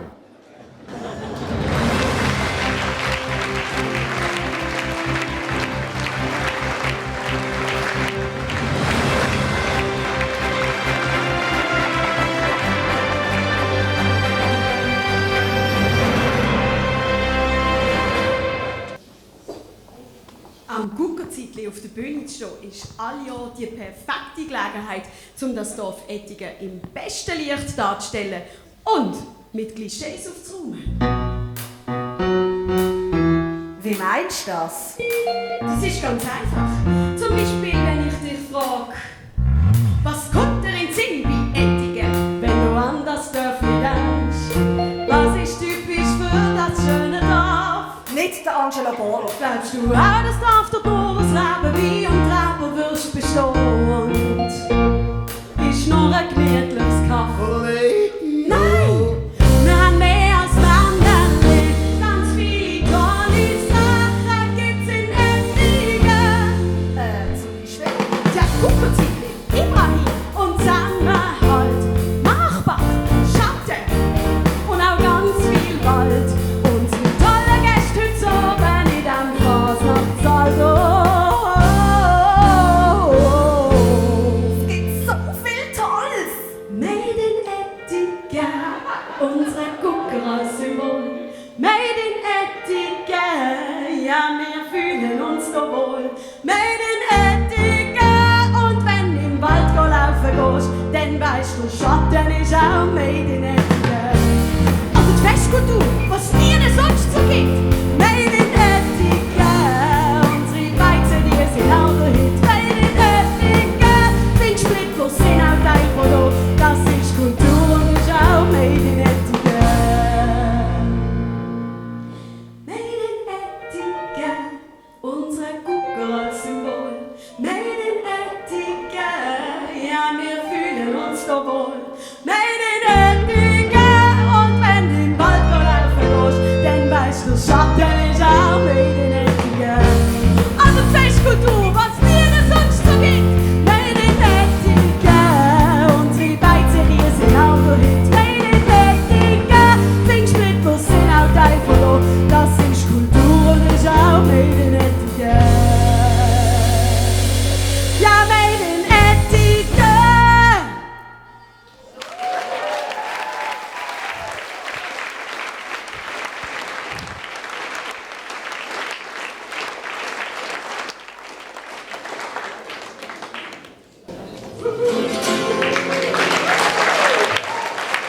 Alle zusammen. Wir sind Lumpensammler. Wir singen vor, die singen nach. Ja, nein, hörst, den kannst du nicht bringen. Wir sind vorzwingen. Ja, nein, jetzt dir. Ja, nein, hörst, den kannst du nicht bringen. Wir sind vorzwingen. Ja, nein. Mega. Also ich gestern euch vorgelegt. Mal schauen, was ihr macht. Ja. Und los. Weil's im Staat in Frankreich überall am Geld fehlen, vermisst man jetzt im Louvre Kronen und Juwelen. Und jetzt muss ich nochmal anfangen. Sorry.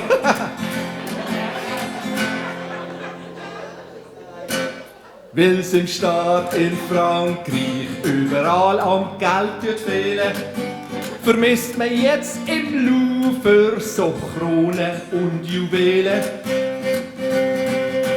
Traurig denkt der König Charles Nacht in seinem Gebet.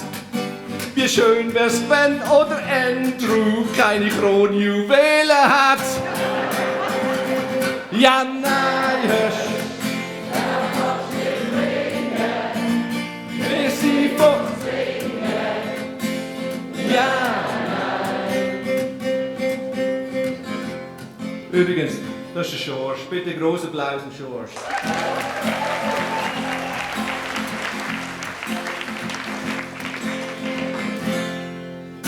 Komm, auch schauen, rief der Schorsch. Der ESC ist cool. All die bunten Vögel, da ist sicher Menge offen für alles. Männer in Röcken, die zusammen singen und Fans stehen unter Strom. Da sag ich, das ist nicht ESC, du schaust doch die Papstwahl zu Rom. Ja!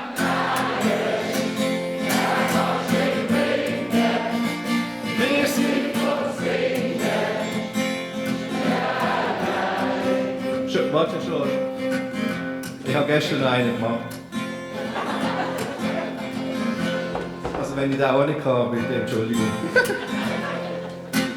10 Jahre Guckerzeitli, ein Ohren- und ein Augenschmaus. Dir züngen hier ein Feuerwerk, drum gibt's jetzt einen Applaus.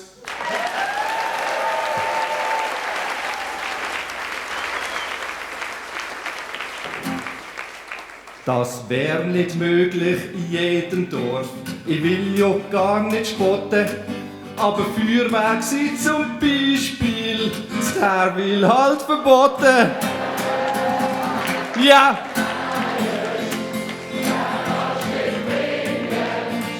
Wir sind die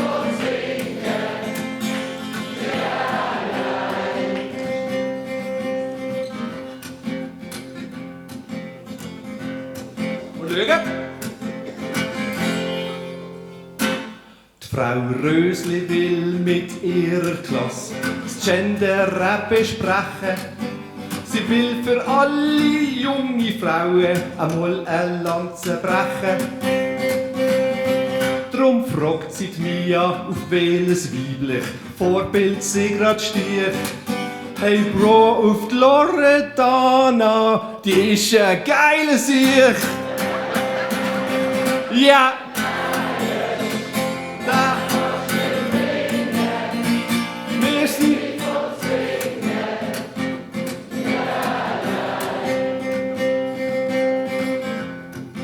und jetzt probieren wir mal etwas mit einer simultanen Übersetzung. Schauen!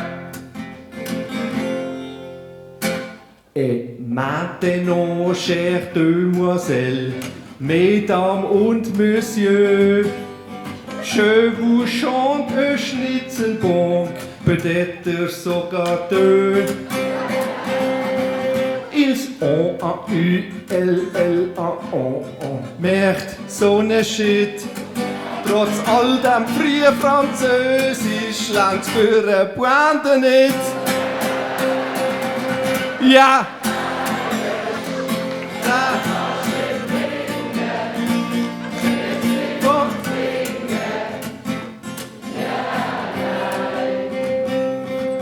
Und schauen.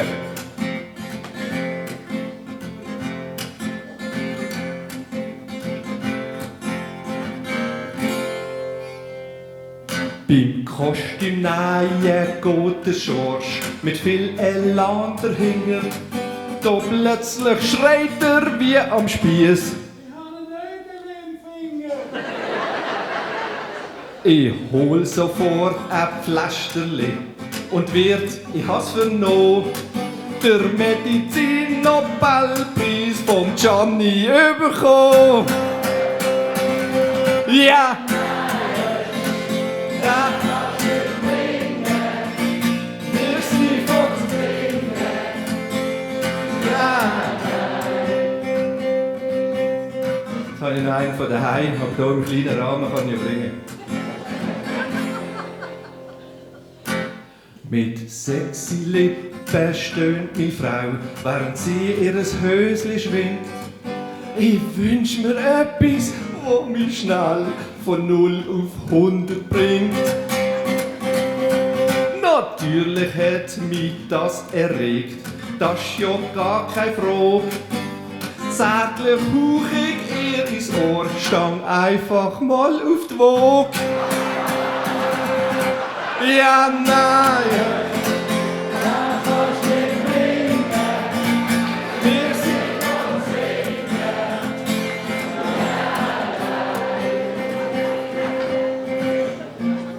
Mögen ihr einen?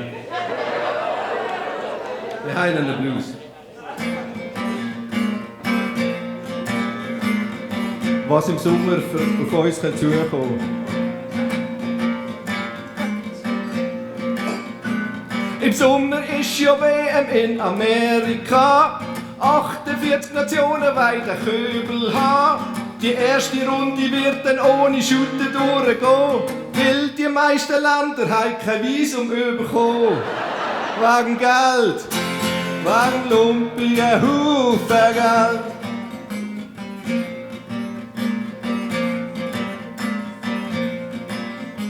Mit im Match, da kommen die Mexikaner nicht mehr raus. Jetzt muss ich nochmal. Mit im Match, da kommen die Mexikaner nicht mehr raus. Grenzbeamte stürmen das Feld und schaffen alle aus. Venezuela spielt sie 10, es fehlt ein Mann. Der Captain hat man aus dem Hotel kidnappt. Wegen Geld, wegen lumpigen Haufen Geld. Also wir öffnen können dann mitmachen das nächste Mal. Der Präsident, der redet gern immer ein bisschen rein. Kanada und Grönland, die sind fix dabei. Der Fifantino sagt zur Presse, was ist schon dran? Dann spielen halt mal 3 Teams für die USA. Wegen Geld, wegen lumpigen Haufen Geld. Als Glücksfee für einen Match gegen die US-Shooter sitzt auf der Tribüne unsere Kellersutter. Die Schweizer Mannschaft kämpft zwar wie ein Mohren, trotzdem haben wir 39:0 verloren. Wegen Geld, wegen lumpigen Haufen Geld. Die SVP-Halbierungsgeschichte setzt dem Fernsehen zu. Man zeigt die erste Halbzeit, dann ist aber Ruhe. Beim Pausenpfiff siehst du den Huckel dann pressieren. Man muss aufs Dach und dort noch das Wetter moderieren. Wegen Geld, wegen lumpigen Haufen Geld. Bei der Sieger Erik fehlt der Pokal. Man findet ihn in einem Office, das ist oval. Der Gianni sagt, als guter Schweizer hat er gedacht, dass man nebst der Rolex ein King Donald Gold verschenkt. Wegen Gold, wegen lumpigen Haufen Gold. Wegen Gold, wegen lumpigen Haufen Gold. Merci vielmals. Tschüss zusammen, schönen Rest.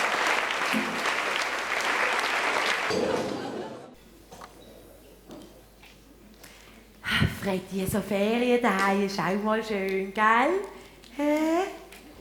Hast du so eine himmlische Ruhe, Freddy, hä? Hast du nicht eine himmlische Ruhe? Hä? Das ist so schön. Gell, Freddy ist schön. Freddy! Hey, Freddy! Nerv mich doch nicht, sonst verliere ich noch den Verstand. Ja, es wäre schlimm, so kleine Sachen sind recht schwierig zu wiederfinden. Nein, ist doch wahr. Seit 52 Jahren korrigierst du mich, egal was ich sag. Seit 53 Jahren, mein Liebe, seit 53 Jahren. Ja, ja. Komm, lang wir mal Todesanzeigen über, die finde ich immer so spannend. Okay? Was willst du eigentlich immer Todesanzeigen lesen? Ich denke, wüsste, wer wieder Single ist. Freddy! Freddy, da ist eine Todesanzeige drin. Ja, sicher, das ist auch der Sinn und Zweck von einem Todesanzeigenteil. Nein, Freddy, jetzt bleib ernst. Also gut, wer ist gestorben? Du! Du los! So etwas macht man keine Witz. Da steht's, lies selber. Wir trauern um unseren geliebten Kollegen Alfred Ziegler. Sag mal, wie bist du in die Todesanzeigen reingekommen? Das weiss ich doch nicht. Er war uns mit seiner Lebens- und Berufserfahrung und seiner menschlichen Reife stets ein Vorbild. Ja, das kannst nicht du sein. Da Leute ich an. Wo ist die Telefonnummer? Hier. 3, 9, 6, 7. 6, 7.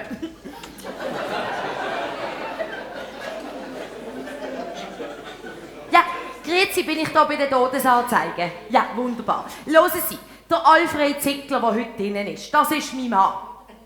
Nein, das muss Ihnen nicht leid tun, der lebt ja noch. So, Freddy, schnell sagen, dass es noch lebst, dass sie es glaubt.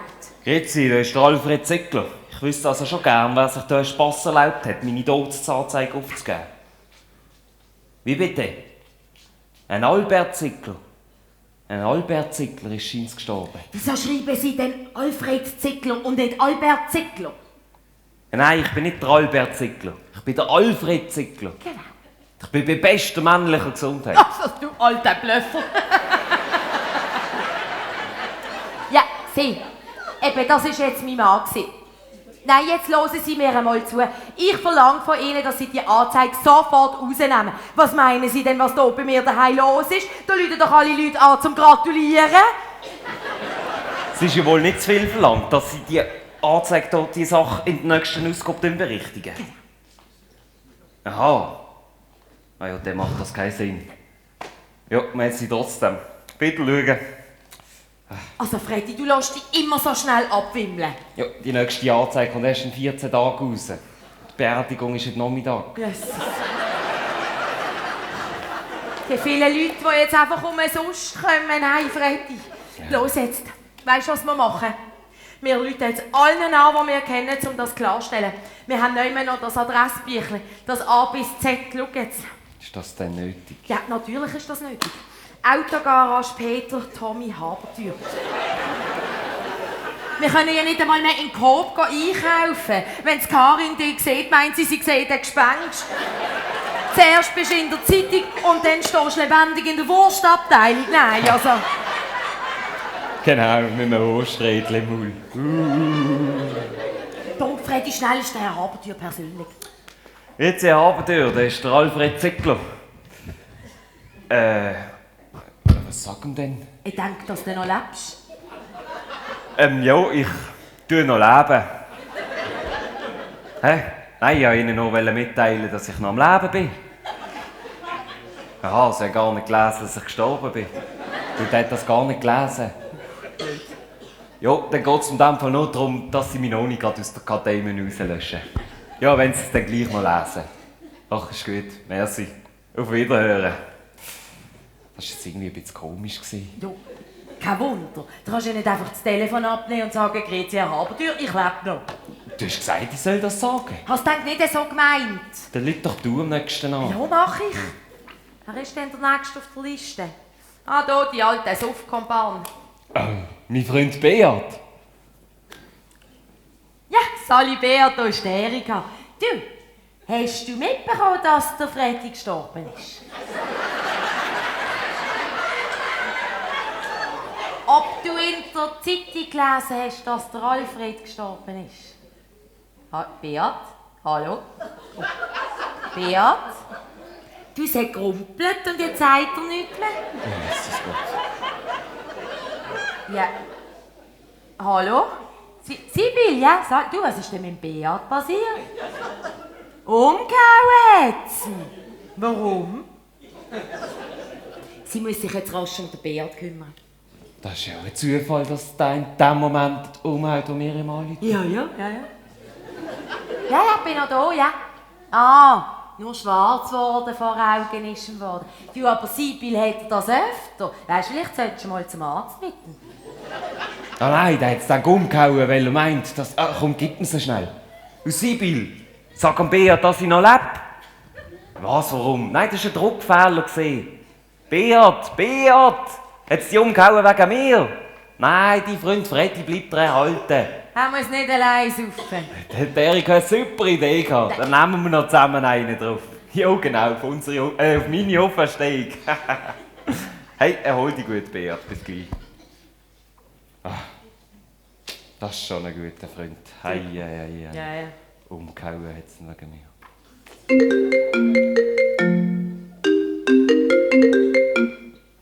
Erika Ziegler?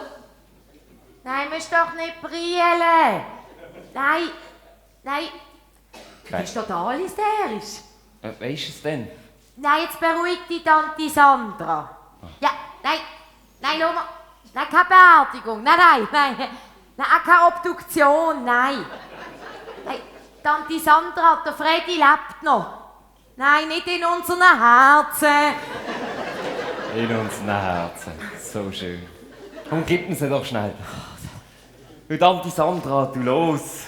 Oh, wow. So eine hohe Frequenz. Die hat halt einen Schock. Weil ich gestorben bin. Nein, ich denke, weil du noch lebst. Tante Sandra. Nein, jetzt los mir mal zu. Das stimmt nicht, was in der Zeitung steht. Ja, das macht dich fertig, gell? Ja. Ja, und dann lebt er plötzlich wieder. Blöd. Ja. Tut mir leid, Tante Sandra, gell? Ja. Vielleicht ein andermal, ja.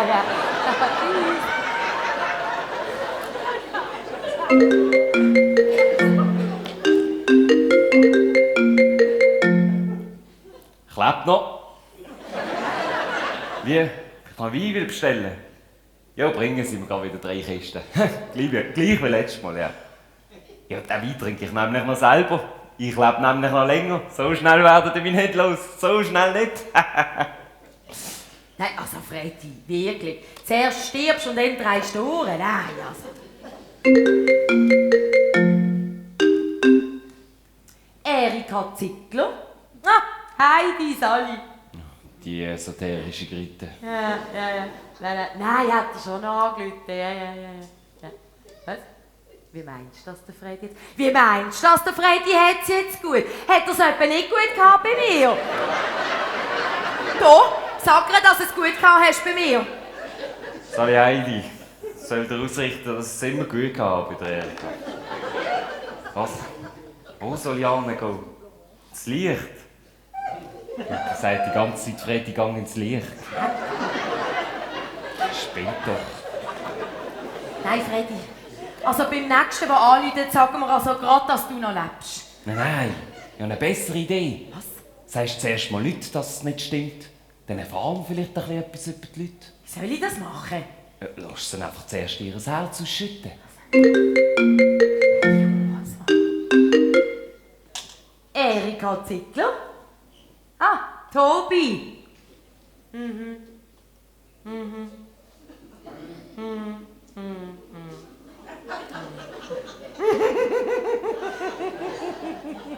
Ja, was sagt er denn? Er ist erschüttert. Nein, das ist lieb, Tobi. Ja. Er sagt, ich kann mich an seiner Brust ausheulen. Ja, was? Natürlich darfst du dich auch an meiner Brust ausheulen. Ja. Du gehst gefälligst nebeneinander stehen mit deiner Brust. Schliesslich immer noch meine Witwe. Was ich da mache? Ich lebe dann noch, wenn es nicht in deine Pläne passt. Du bist jetzt so eifersüchtig, hä? Ist doch schön zu wissen als Frau, dass wenn etwas Wärme nicht ganz allein da steht. Mach dir doch keine Illusionen, der hat sich nur auf die Körper abgesehen. Was man nicht alles erfahrt über die Leute. Oh, ich sollte gerade noch Meiri anrufen. Ja. Der macht sich bestimmt grosse Sorgen. So, Eiri, da ist der Freddy. Was, aus dem Himmel? Nein, im Himmel kann man nicht telefonieren.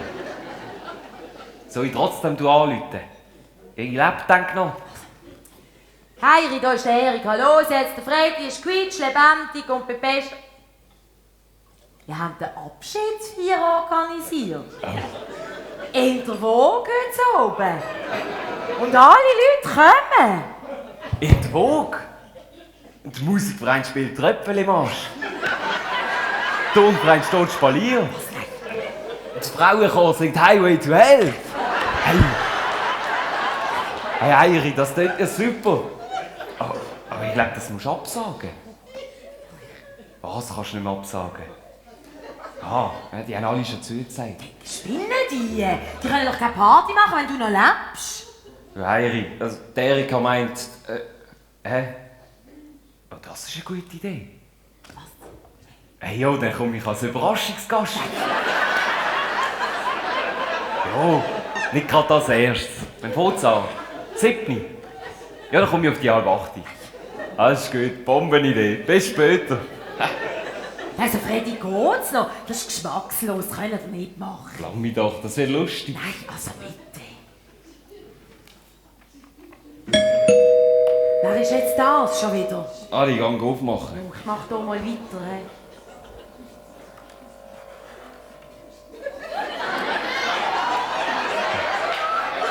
Hallo Freddy. Erika? Was? Ich glaube, es ist für dich.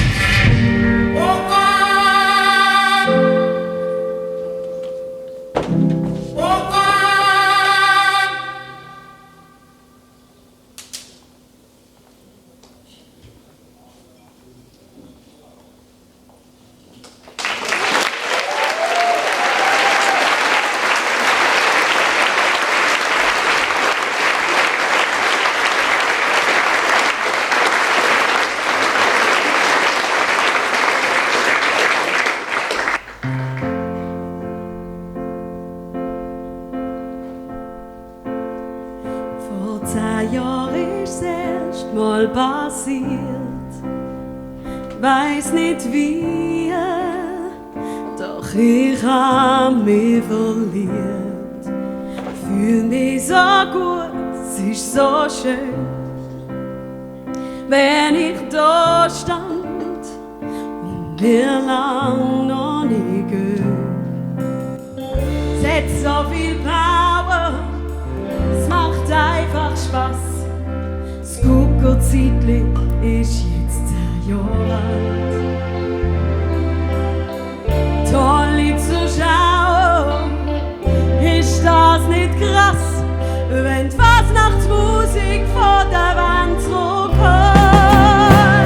Wir feiern 10 Jahre Kuckuckzeitli, 10 tolle Jahre voll Emotion. Wir singen, lachen und spielen, denn es ist klassisch unsere Mission. Die Fasnacht braucht dies noch. Ja, die Fasnacht braucht dies noch. Viel Herzblut und auch viel Elan steckt da drinnen, jedes Jahr wieder neu. Wenn ich dran denk, wird's mir grad wieder warm um dies Herz und ja, wir bleiben uns treu. Denn das Kuckuckzeitli ist ein Projekt, wo alle immer gern dabei sind. Und das Datum schreibe ich von nächstes Jahr ein, denn alle sind wir auch wieder dabei.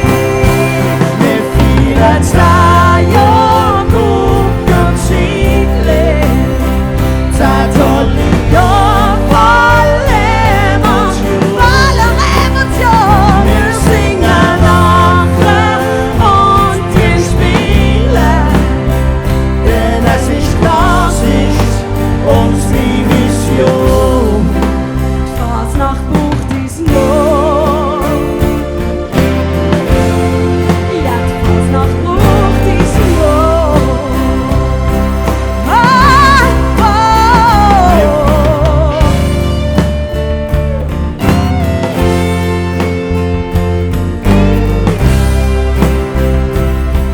Und wir singen alle, wir feiern 10 Jahre Kuckuckzeitli, 10 tolle Jahre voller Emotion. Wir singen, lachen und wir spielen, denn es ist klassisch unsere Mission. Wir feiern 10 Jahre Kuckuckzeitli, 10 tolle Jahre voller Emotion. Wir singen, lachen und wir spielen, denn es ist klassisch unsere Mission. Auf die nächsten 10 Jahre.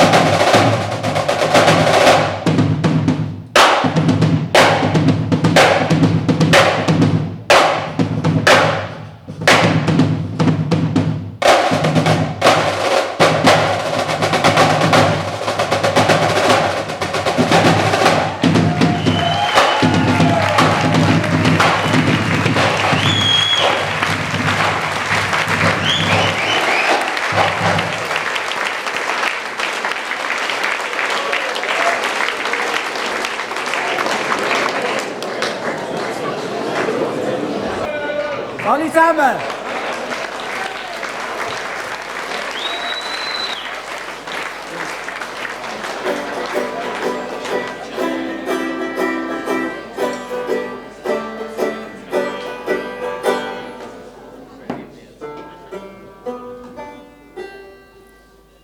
Mein Nachbar vermisst seit 3 Tagen die Frau. Der weiss nicht mehr, das Leben soll weitergehen. Sie sind mit dem Hund laufen und seither nicht mehr heimgekommen. Es hat eine Belohnung ausgesetzt und wenn das jemandem gelingt, gibt die Person 500 Stutz, wenn es um den Hund wieder bringt.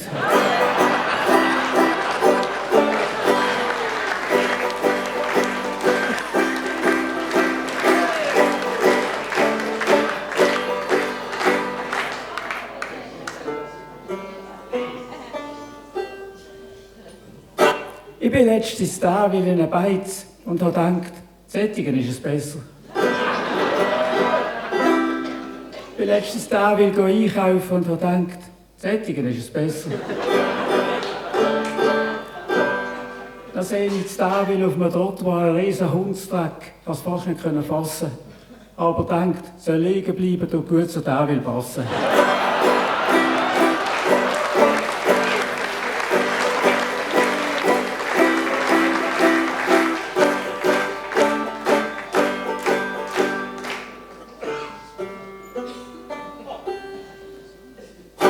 Ich habe von der SBB eine Mail gekriegt, für mein Halbtags startet eine Aktion. Um sich vor Betrug zu schützen, gäbe es 2 Faktoren Identifikation. Zusätzlich zu der Gesichtserkennung braucht es etwas Gleichwertiges, dann sind die registriert. Dann habe ich die Handykamera und Blut auf Vögel gehabt und schon hat es funktioniert.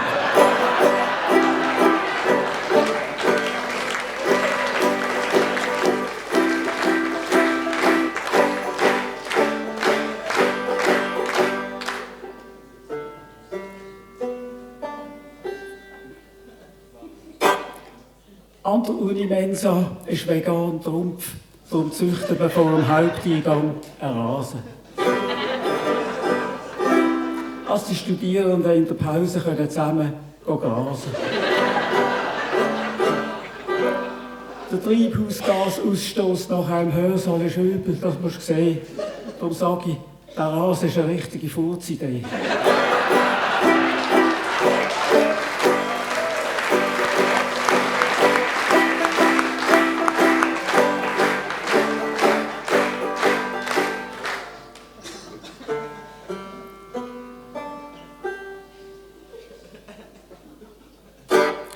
Bei Verheirateten ist das Demenzrisiko grösser.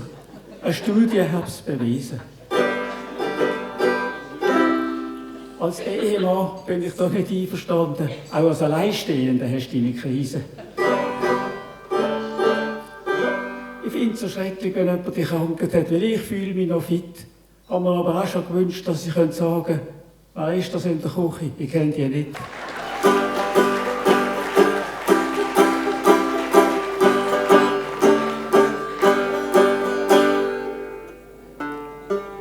Ja, schon recht.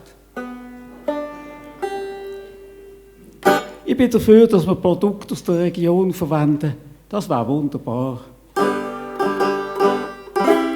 Wir müssen doch Bauern und Gewerbe unterstützen. Das ist ja völlig klar.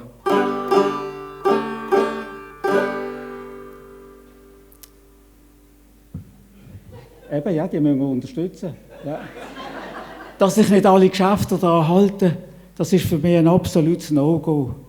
Ja, in jeder Tankstelle und jedem Kiosk verkaufen sie Kaffee aus Togo.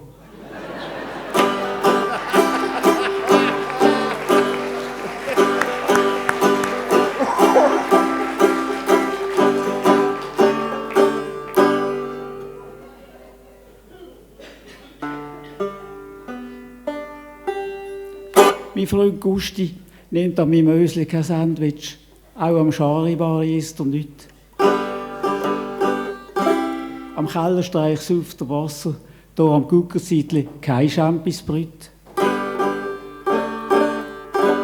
Auch am Leckerli nimmt er kein Käseküchli. Seine Frau sagt, er sei zu dick, das tut ihm weh. Ja, wenn er vor sich runter schaut, kann er wegen seinem Trommel ins Pfeiferli nicht mehr sehen.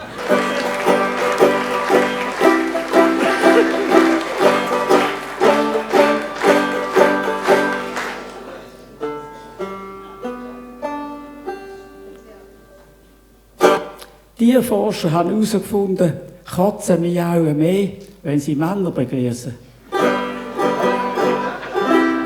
Dass die bei uns unsere Jungs so toll finden, finde ich zum Schiessen.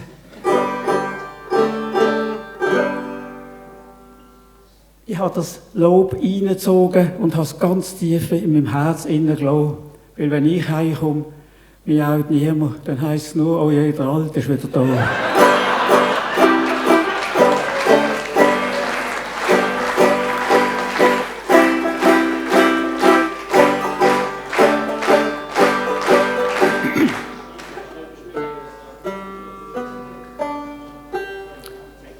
Es gibt neue Berufsbezeichnungen.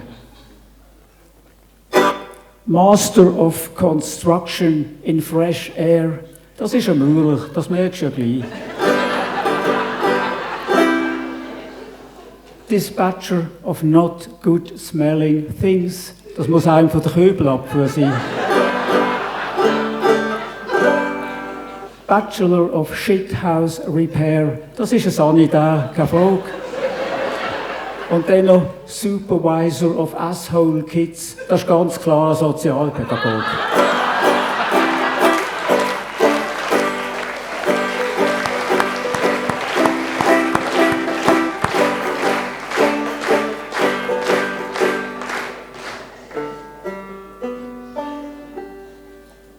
Eine wichtige Studie sagt, ich weiss gar nicht, ob ihr das wissen wollt. Nur die Hälfte von allen Menschen waschen sich nach einem Stuhlgang die Hände. Und das ist wirklich so, da gibt es nichts daran zu rütteln. Das tun ich einfach nur noch jeden Zweiten den Keller schütteln.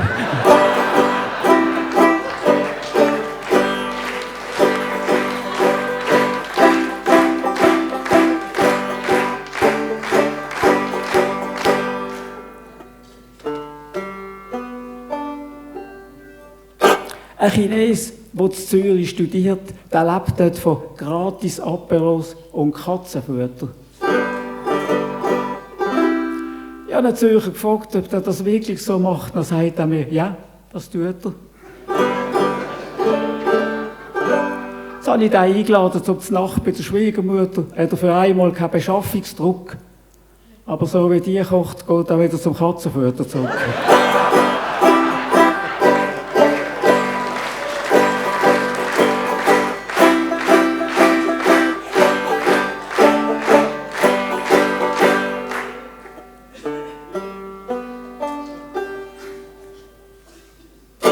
Der Trump läutet der Frau Keller-Sutter an. Los, Mädchen, ich habe dir das noch gar nicht gesagt. Wenn ich die letzten Sommer am Telefon abgeputzt habe, das tut mir leid. Weißt, während dem Gespräch bin ich abgelenkt und auch irritiert. Der Infantino hat mir mit der Zunge das Hinterteil massiert. Hallo zusammen, danke vielmals, tschüss, bis morgen.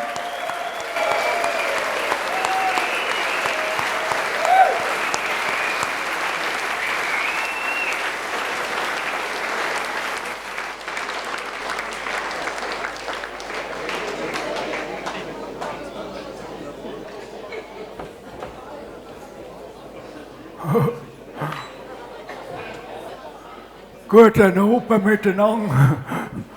Auch im Altersheim. Ja, ich hoffe, das Essen war gut. Ja, wenn ich hier in den Saal schaue, ist es schon ein bisschen sanierungsbedürftig. Ja, und das Gebäude auch. Ja, ich habe eben ein Interview jetzt. Mal schauen. Guten Tag. Guten Tag. Stöckli, darf ich Ihnen behilflich sein? Nein. Gut, komm noch. Brechen Brust. So. Schön, dass Sie sich Zeit nehmen für das Interview. Ja, wissen Sie, seitdem ich mein neues Hörgerät habe, höre ich sogar, wenn ein Nudel am Boden geht. Das ist ja super. Was hat denn das Hörgerät gekostet? Ja. Viertel ab 10. Aber Sie, für welches Blättchen schreiben Sie eigentlich? Der Bibo. Der Chibo? Gott verdammt, da bin ich früher Abend mein Käferli trinken. Gut, können wir anfangen? Ja, bitte, hören Sie an. Herr Stöckli, wie fühlen Sie sich hier im Alter in dieser Umgebung? Ja, danke der Nachfrage, es geht mir wunderbar. Herr Stöckli, Sie sind bereits 94 Jahre alt. Wie wird man so alt? Was ist Ihr Rezept? Ja, Rezept, also für die Verdauung trinke ich Bier. Ja, gegen Appetitlosigkeit, aber ein Cognacli. Und wenn der Blutdruck zu hoch ist, dann trinke ich Weisswein. Und wenn er zu tief ist, trinke ich aber ein Rotwein. Okay, und wenn trinken Sie Wasser? Nein, Sie! Hey. Also so krank bin ich noch nie gewesen. Ja gut. Herr Stöckli, wie sieht denn so Ihr Tagesablauf im Altersheim aus? Was machen Sie am Morgen als erstes, wenn Sie aufstehen? Ja, also, zuerst mache ich einmal auf.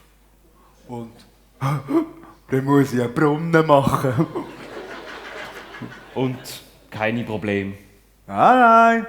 Ein harter Strahl, kein Brennen, eine gesunde Farbe. Und dann? Ja, dann muss ich eins pfunden. Also einen Stuhlgang. Auch hier keine Beschwerden? Nein, so. Gute Konsistenz. Kein Blut. Mittlerer Druck. Eine normale Darmentleerung halten. Wie geht es denn weiter? Ja, dann stange ich auf und Leute dem Personal, damit sie die Sauerei putzen können. Oh nein! Hallo, Herr Stöckli! Ja, guten Tag. Ich heiße Sie nur schnell daran erinnern, dass heute Nachmittag unsere Seniorenturnsstunde stattfindet. Wissen Sie, unsere Senioren, die lieben unsere Turnstunde. Es nennt sich Turne bis zur Urne. Und das Witzige daran ist, wenn ich zu den Rollstuhlfahrern sage, so, und jetzt müssen wir alle zusammen aufstehen. Es ist so witzig hier im Altersheim. Sie, wenn Sie gerade schon da sind, ja, sicher. darf ich Ihnen auch ein paar Fragen Ja, stellen? natürlich, Das freilich. würde meine Leser sicher interessieren. Ja klar, kein Problem. Was beschäftigt Sie hier? Ja, also am meisten beschäftigen wir uns hier natürlich mit den Sparmaßnahmen. Okay, wie meinen Sie das? Ja, also seit jetzt der neue Gemeinderat da ist, der zuständig ist für die Finanzen, da müssen wir überall sparen. Es gibt immer mehr alte Leute und immer weniger Personal und da muss man sich halt organisieren. Haben Sie mir da ein Beispiel? Ja klar, jetzt geben wir zum Beispiel jedem Mann, bevor er ins Bett geht, ein Viagra. Damit Sie wieder Sex haben? Ja, nein, damit sie nicht aus dem Bett rausrollen. Aber wissen Sie, es ist nicht nur alles schlecht, was dort die Gemeinde macht. Sie haben zum Beispiel ein super Angebot für unsere Bewohner, vor allem für die, die über 90 Jahre alt sind. Die können hier gratis wohnen, in Begleitung von ihren Eltern. Aber nochmal zurück zu diesen Sparmaßnahmen. Können Sie mir da noch ein weiteres Beispiel nennen? Ja, also wenn es darum geht, zum Beispiel die Leute ins Bett zu bringen, da sind wir mittlerweile schon recht effizient. Was heisst das genau? Ja, schauen Sie, da hinten hat es einen Stuhl. Sitzen Sie mal schnell auf den Stuhl und dann können Sie da mal zuschauen, wie das funktioniert. Das ist einfach fantastisch. Und ich schaue mal schnell, ob der Herr Stöckli noch schnell bitte. So, Herr Stöckli, kommen Sie. Nein, nicht turnen. Nein. Nicht sabbern, aufstehen, kommen Sie. Ja. Moment, ich muss noch den Stuhl ein bisschen überschieben. Sehr gut. Ein Schritt nach dem anderen mit ihren Sandalen. Super. Das machen sie gut. Ja, das machen sie gut. Immer mit einer Schwuppe. Das ist sehr gut. So, und der Ferrari, ihre Ferrari tue ich da hinten, gell? Ist gut, nicht schlafen jetzt, gell? Ich komm grad. Bis grad.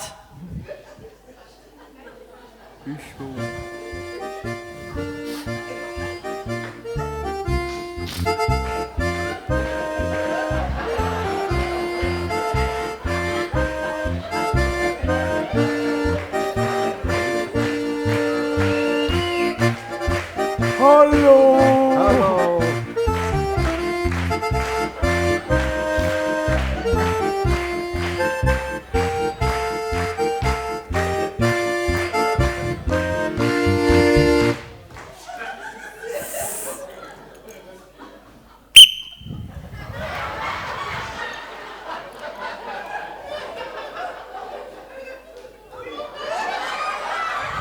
Oh, die Hälfte!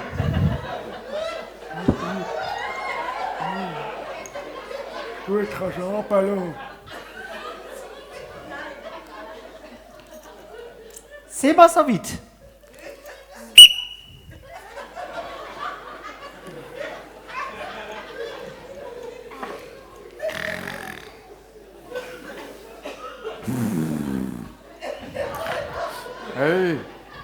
Hey, was stopft mich da an? Hey, denke ich.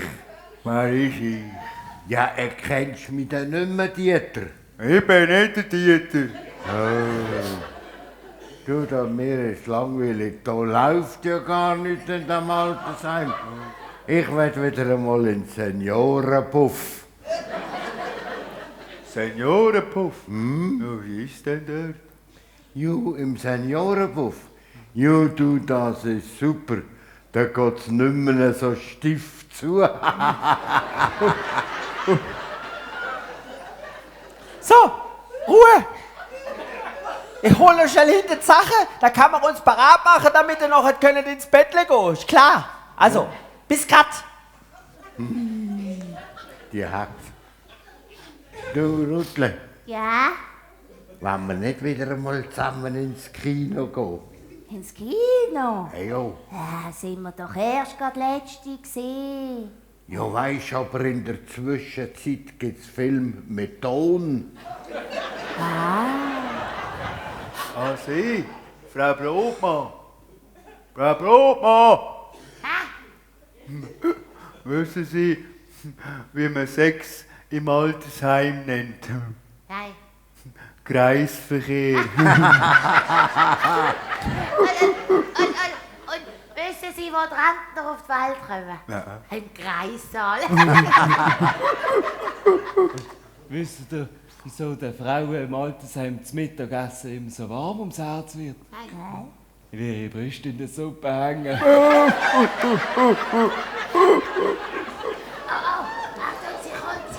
So, sind Sie parat?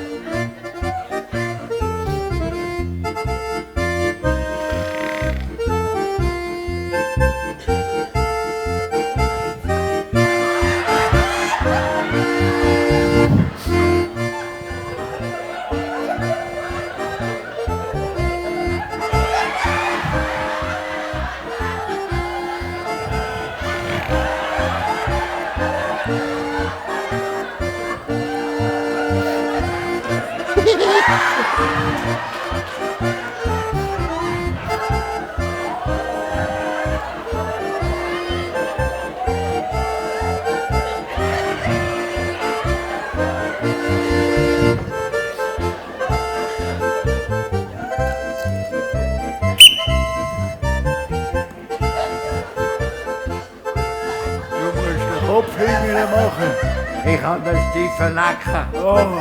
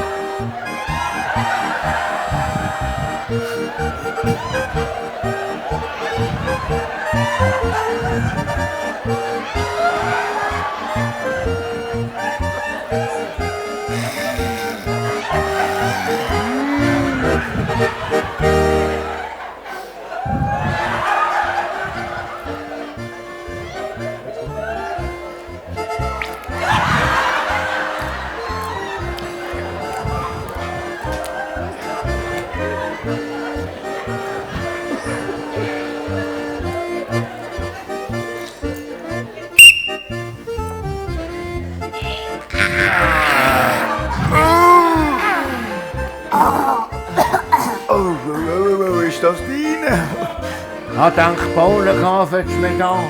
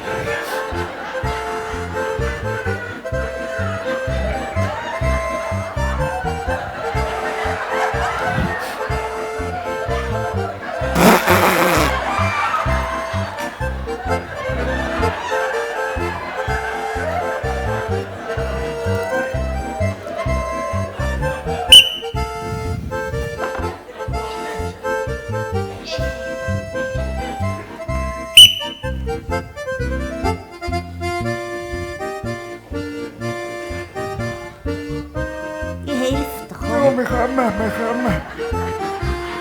Gefällt's dir? Ja. Oh, look. Danke. Bitte, bitte.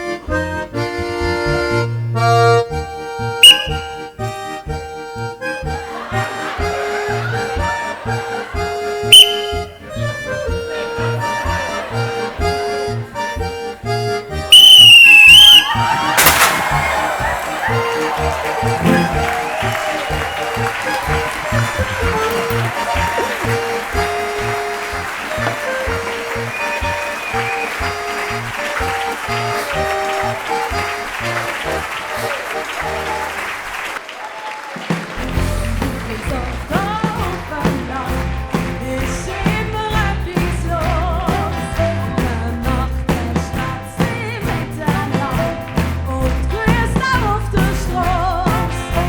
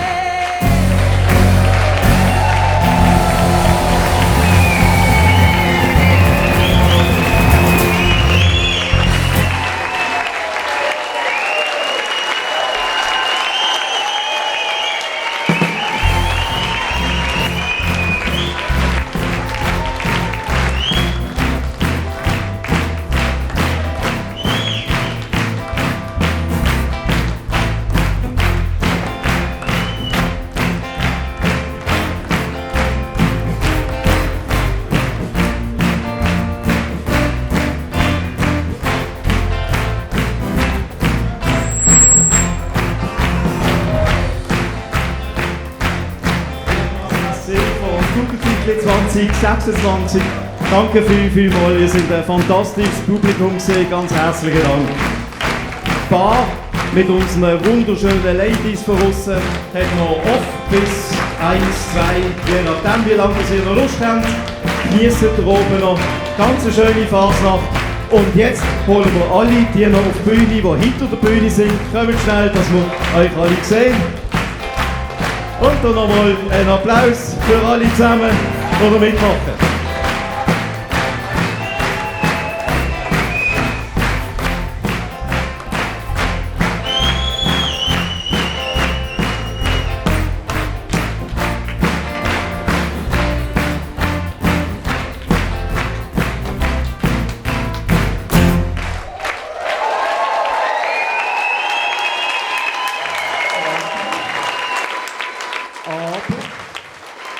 Wir lassen euch noch nicht ganz gehen. Wir haben jemanden bei uns im Ensemble, der Schaki Bohnenblust aus Ormalingen. Toni, komm doch schnell führen, Toni.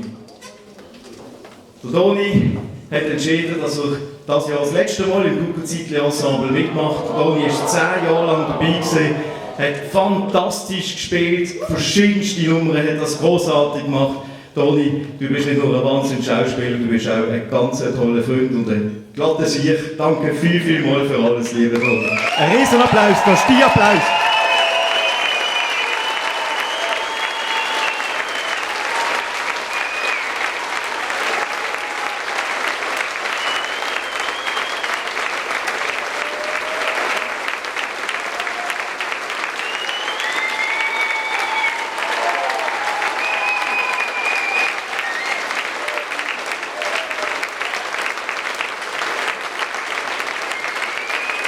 Danke vielmals, Toni. Das ist dein Applaus.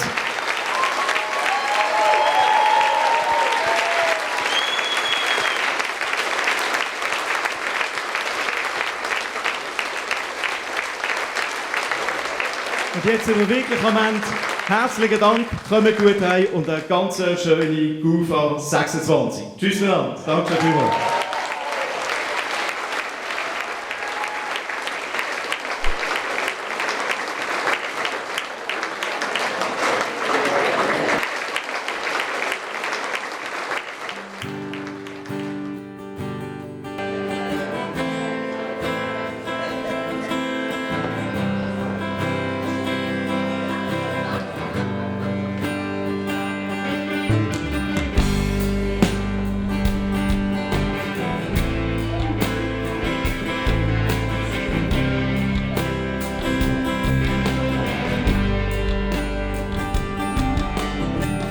Ohne sie, da läuft gar nichts.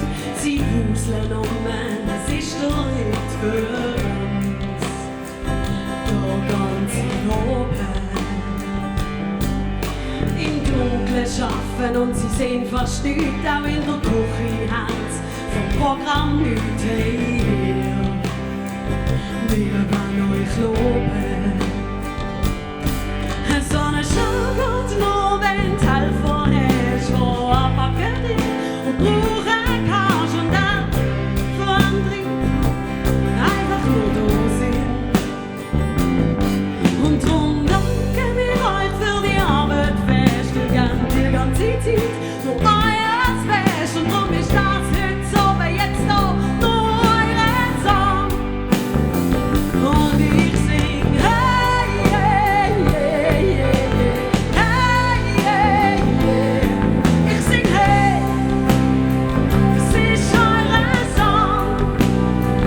Wir singen hey, hey, hey, hey, hey, hey. Singen hey, das ist eure Song.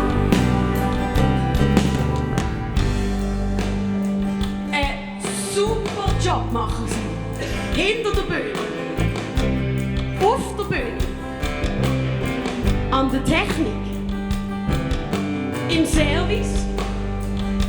An der Bar. Und in der Küche. Euch allen ganz herzlichen Dank. Und ich weiß, oh mein Gott, ja ich weiß, ich stand zwar im Licht.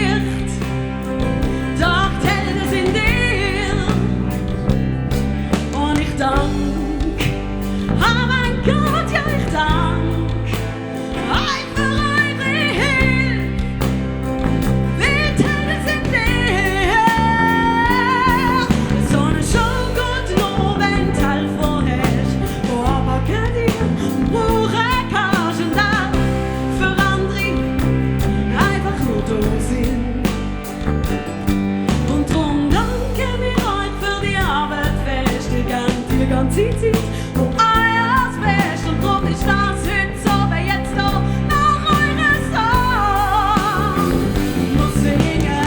Hey, yeah, yeah, yeah, yeah. Hey, yeah, yeah. Singen, hey. Es ist eure Song. Muss singen. Hey, yeah, yeah, yeah, yeah. Hey, yeah, yeah. Singen, hey. Es ist eure Song. Muss singen. Hey, yeah, yeah, yeah, yeah. Hey, yeah, yeah. Singen, hey. Es ist eure Song. Muss singen. Hey, yeah, yeah, yeah, yeah. Hey, yeah, yeah. Singen, hey. Es ist eure Song. Und der ganze Saal jetzt muss singen.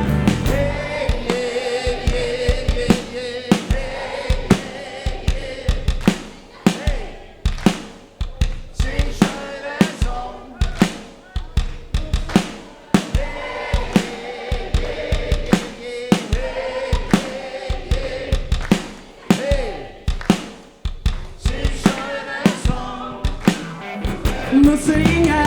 Hey, yeah, yeah, yeah, yeah. Hey, yeah. Hey, hey, hey. Singen, hey. Es ist eure Song. Singen. Hey, yeah, yeah, yeah, yeah. Hey, yeah, yeah.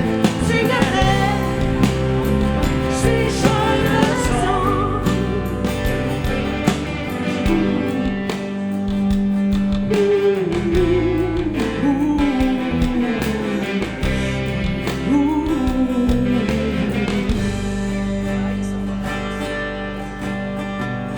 Und wenn wir heute oben alle heimtun gehen und alle Sachen auf den Tisch stehen, dann sind wir da. Und wir sind froh.